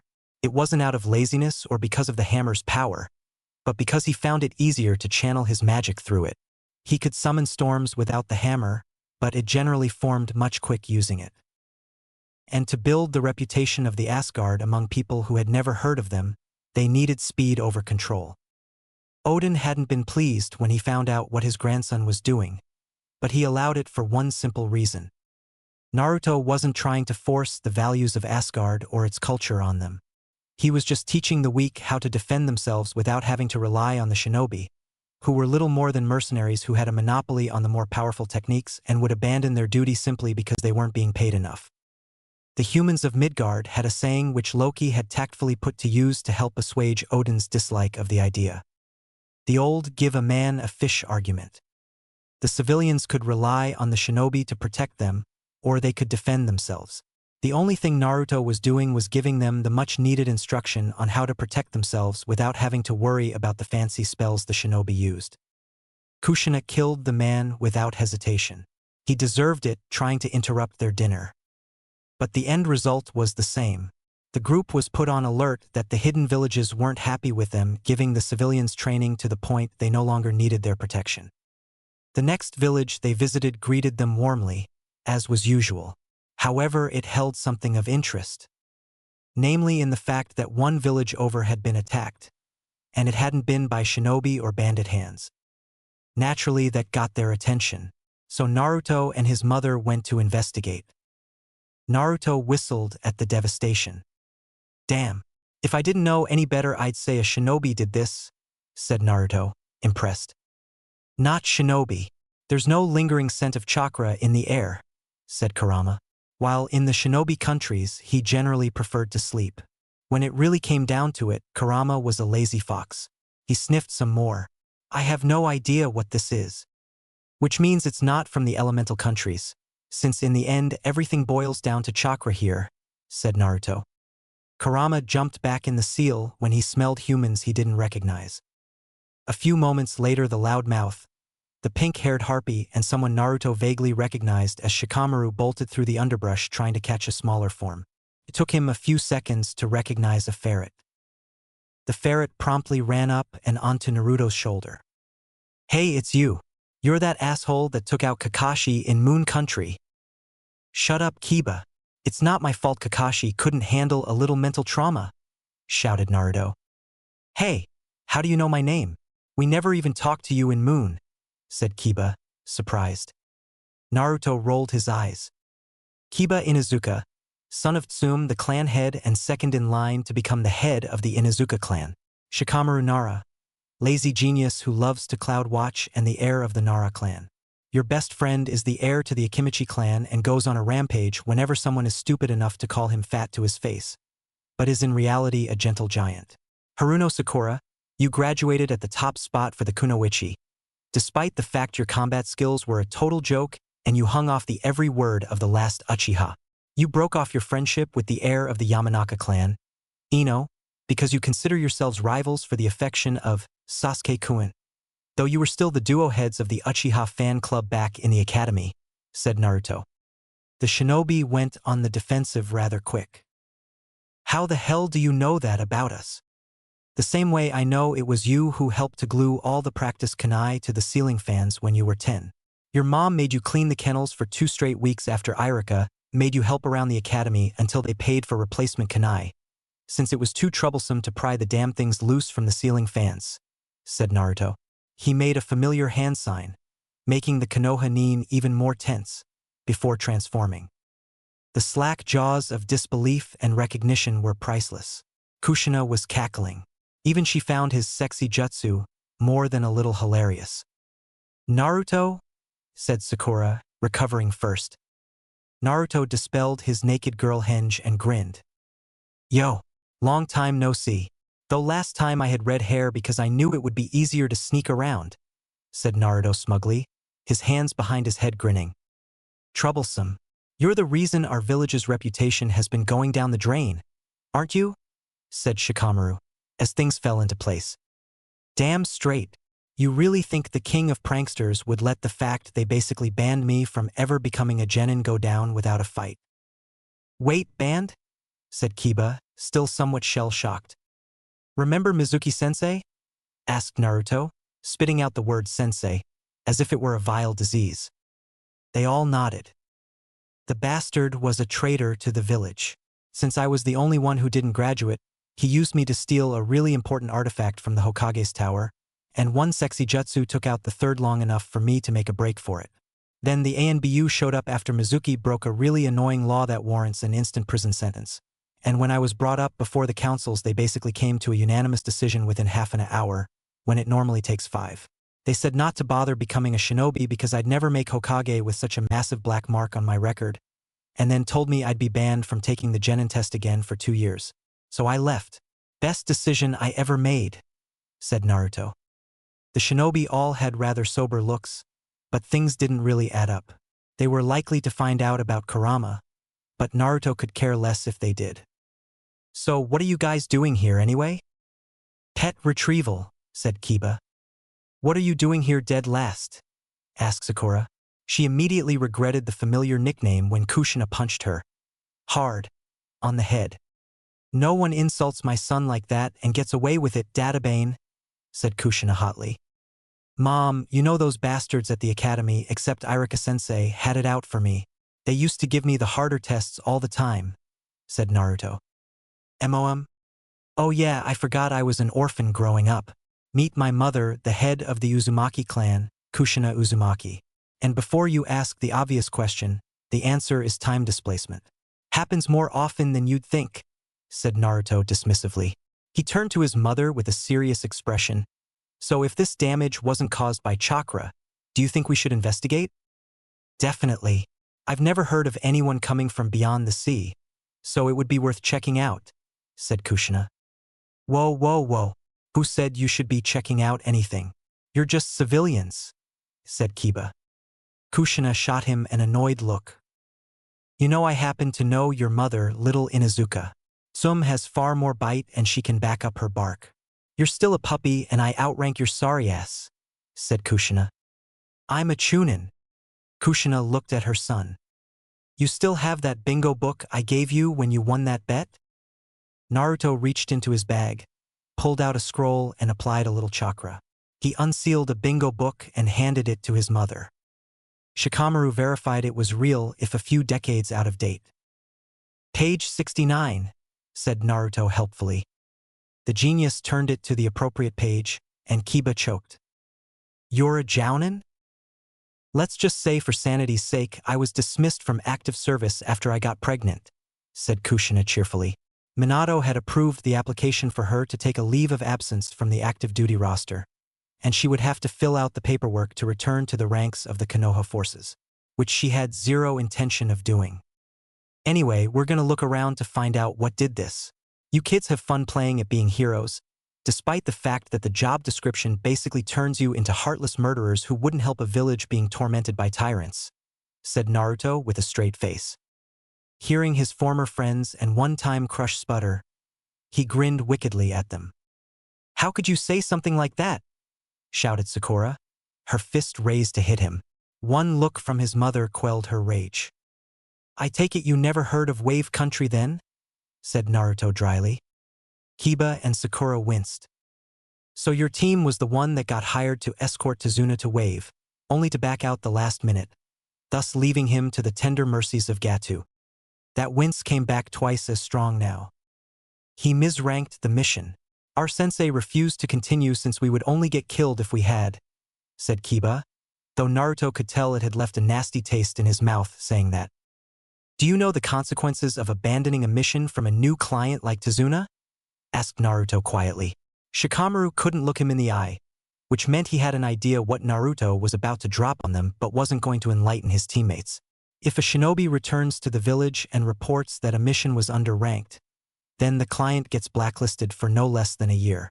And since Tazuna was representing Wave, that means that even if they did come up with the money they needed to hire Konoha at the appropriate rank, then the village would have refused them. Do you know what happened when Tazuna returned without any shinobi? Sakura and Kiba were listening intently to Naruto now. His daughter Tsunami was taken a week after he came back, and by the time they were able to find her, the only thing we could do was a mercy killing. They had passed her around like a party favor until I came in with my friends and killed Gato. Her son hates Konoha because of the fact that you were too cowardly to continue the mission, and because of that his mother was taken. Seeing their horrified faces, Naruto continued. Konoha pretends to be one of the nicer villages, but at its root it's full of liars and people who'd kick someone when they're down, which is why we've been going around teaching civilians how to fight and stand on their own 2 feet, so they don't have to trust unreliable shinobi to handle things like bandits. Shikamaru spoke up for the first time since Naruto explained to the other two the way of the world. You're Erashur, the god of storms," said Shikamaru. Naruto pulled out a hammer that all shinobi had been warned about prior to leaving. "I tripped over this the night Mizuki ruined any chance I had of being a shinobi. Only found out later it was a legacy left by my father, and that only a worthy successor could pick it up, much less wield it. I have the power to help civilians without demanding payment, so why shouldn't I?" "You're going to completely undercut the shinobi villages," said Shikamaru. "Your point? The system is flawed, and it's in need of a good shake-up. Either the hidden villages learn to adapt and grow, or they die off. It's long past time someone helped out the little guys that fall through the cracks of the shinobi's precious missions," said Naruto flatly. He could see the gears turning in Shikamaru's head. "Oi, Naruto, are we going to head out or stick around?" shouted Karen. "What do you think, Mom?" asked Naruto. "I'd say the chance of seeing something from the continent is too good to pass up. We should at least investigate further," said Kushina cheerfully. "We're sticking around," he shouted back to Karen. He turned to the trio behind him and handed Kiba the ferret. "Have fun playing at being assassins," said Naruto. Kushina grabbed onto his neck as he twirled the hammer and let loose. He enjoyed the shocked expressions of Kiba and Sakura as they flew through the air a short distance to Karen and Loki. "Troublesome. Well, we got the ferret, now what?" "Depends on whether we find the client anytime soon or not. Let's look for them and keep an eye on Naruto's group at the same time," said Shikamaru. Outwardly he was the same, but his mind was moving 100 miles a minute. He, like many of the Nara clan, had sensed the change in the winds. Konoha wasn't like it was when they were growing up. There was some spark that was missing from it, and if pressed they could openly point to the moment it left. The day Naruto was declared missing by the Hokage. They had never found out why someone who had always loudly declared he would be Hokage despite all the crap threw at him had disappeared and never returned. And to be honest, his father had complained often enough about the old dinosaurs on the councils who refused to let things progress. How the third had looked tired since the invasion, and his post wearing him down the more years went by. If they could find someone new to follow, someone who represented what Konoha was supposed to be, instead of the dried-out husk that stood in its stead now, he had little doubt that his clan would switch sides. Naruto had stood as a beacon of hope, not that they had realized it. Now that beacon had disappeared, and they all felt the lack wearing on them. Besides, the blonde had always been a good friend, and Konoha shinobi were loyal.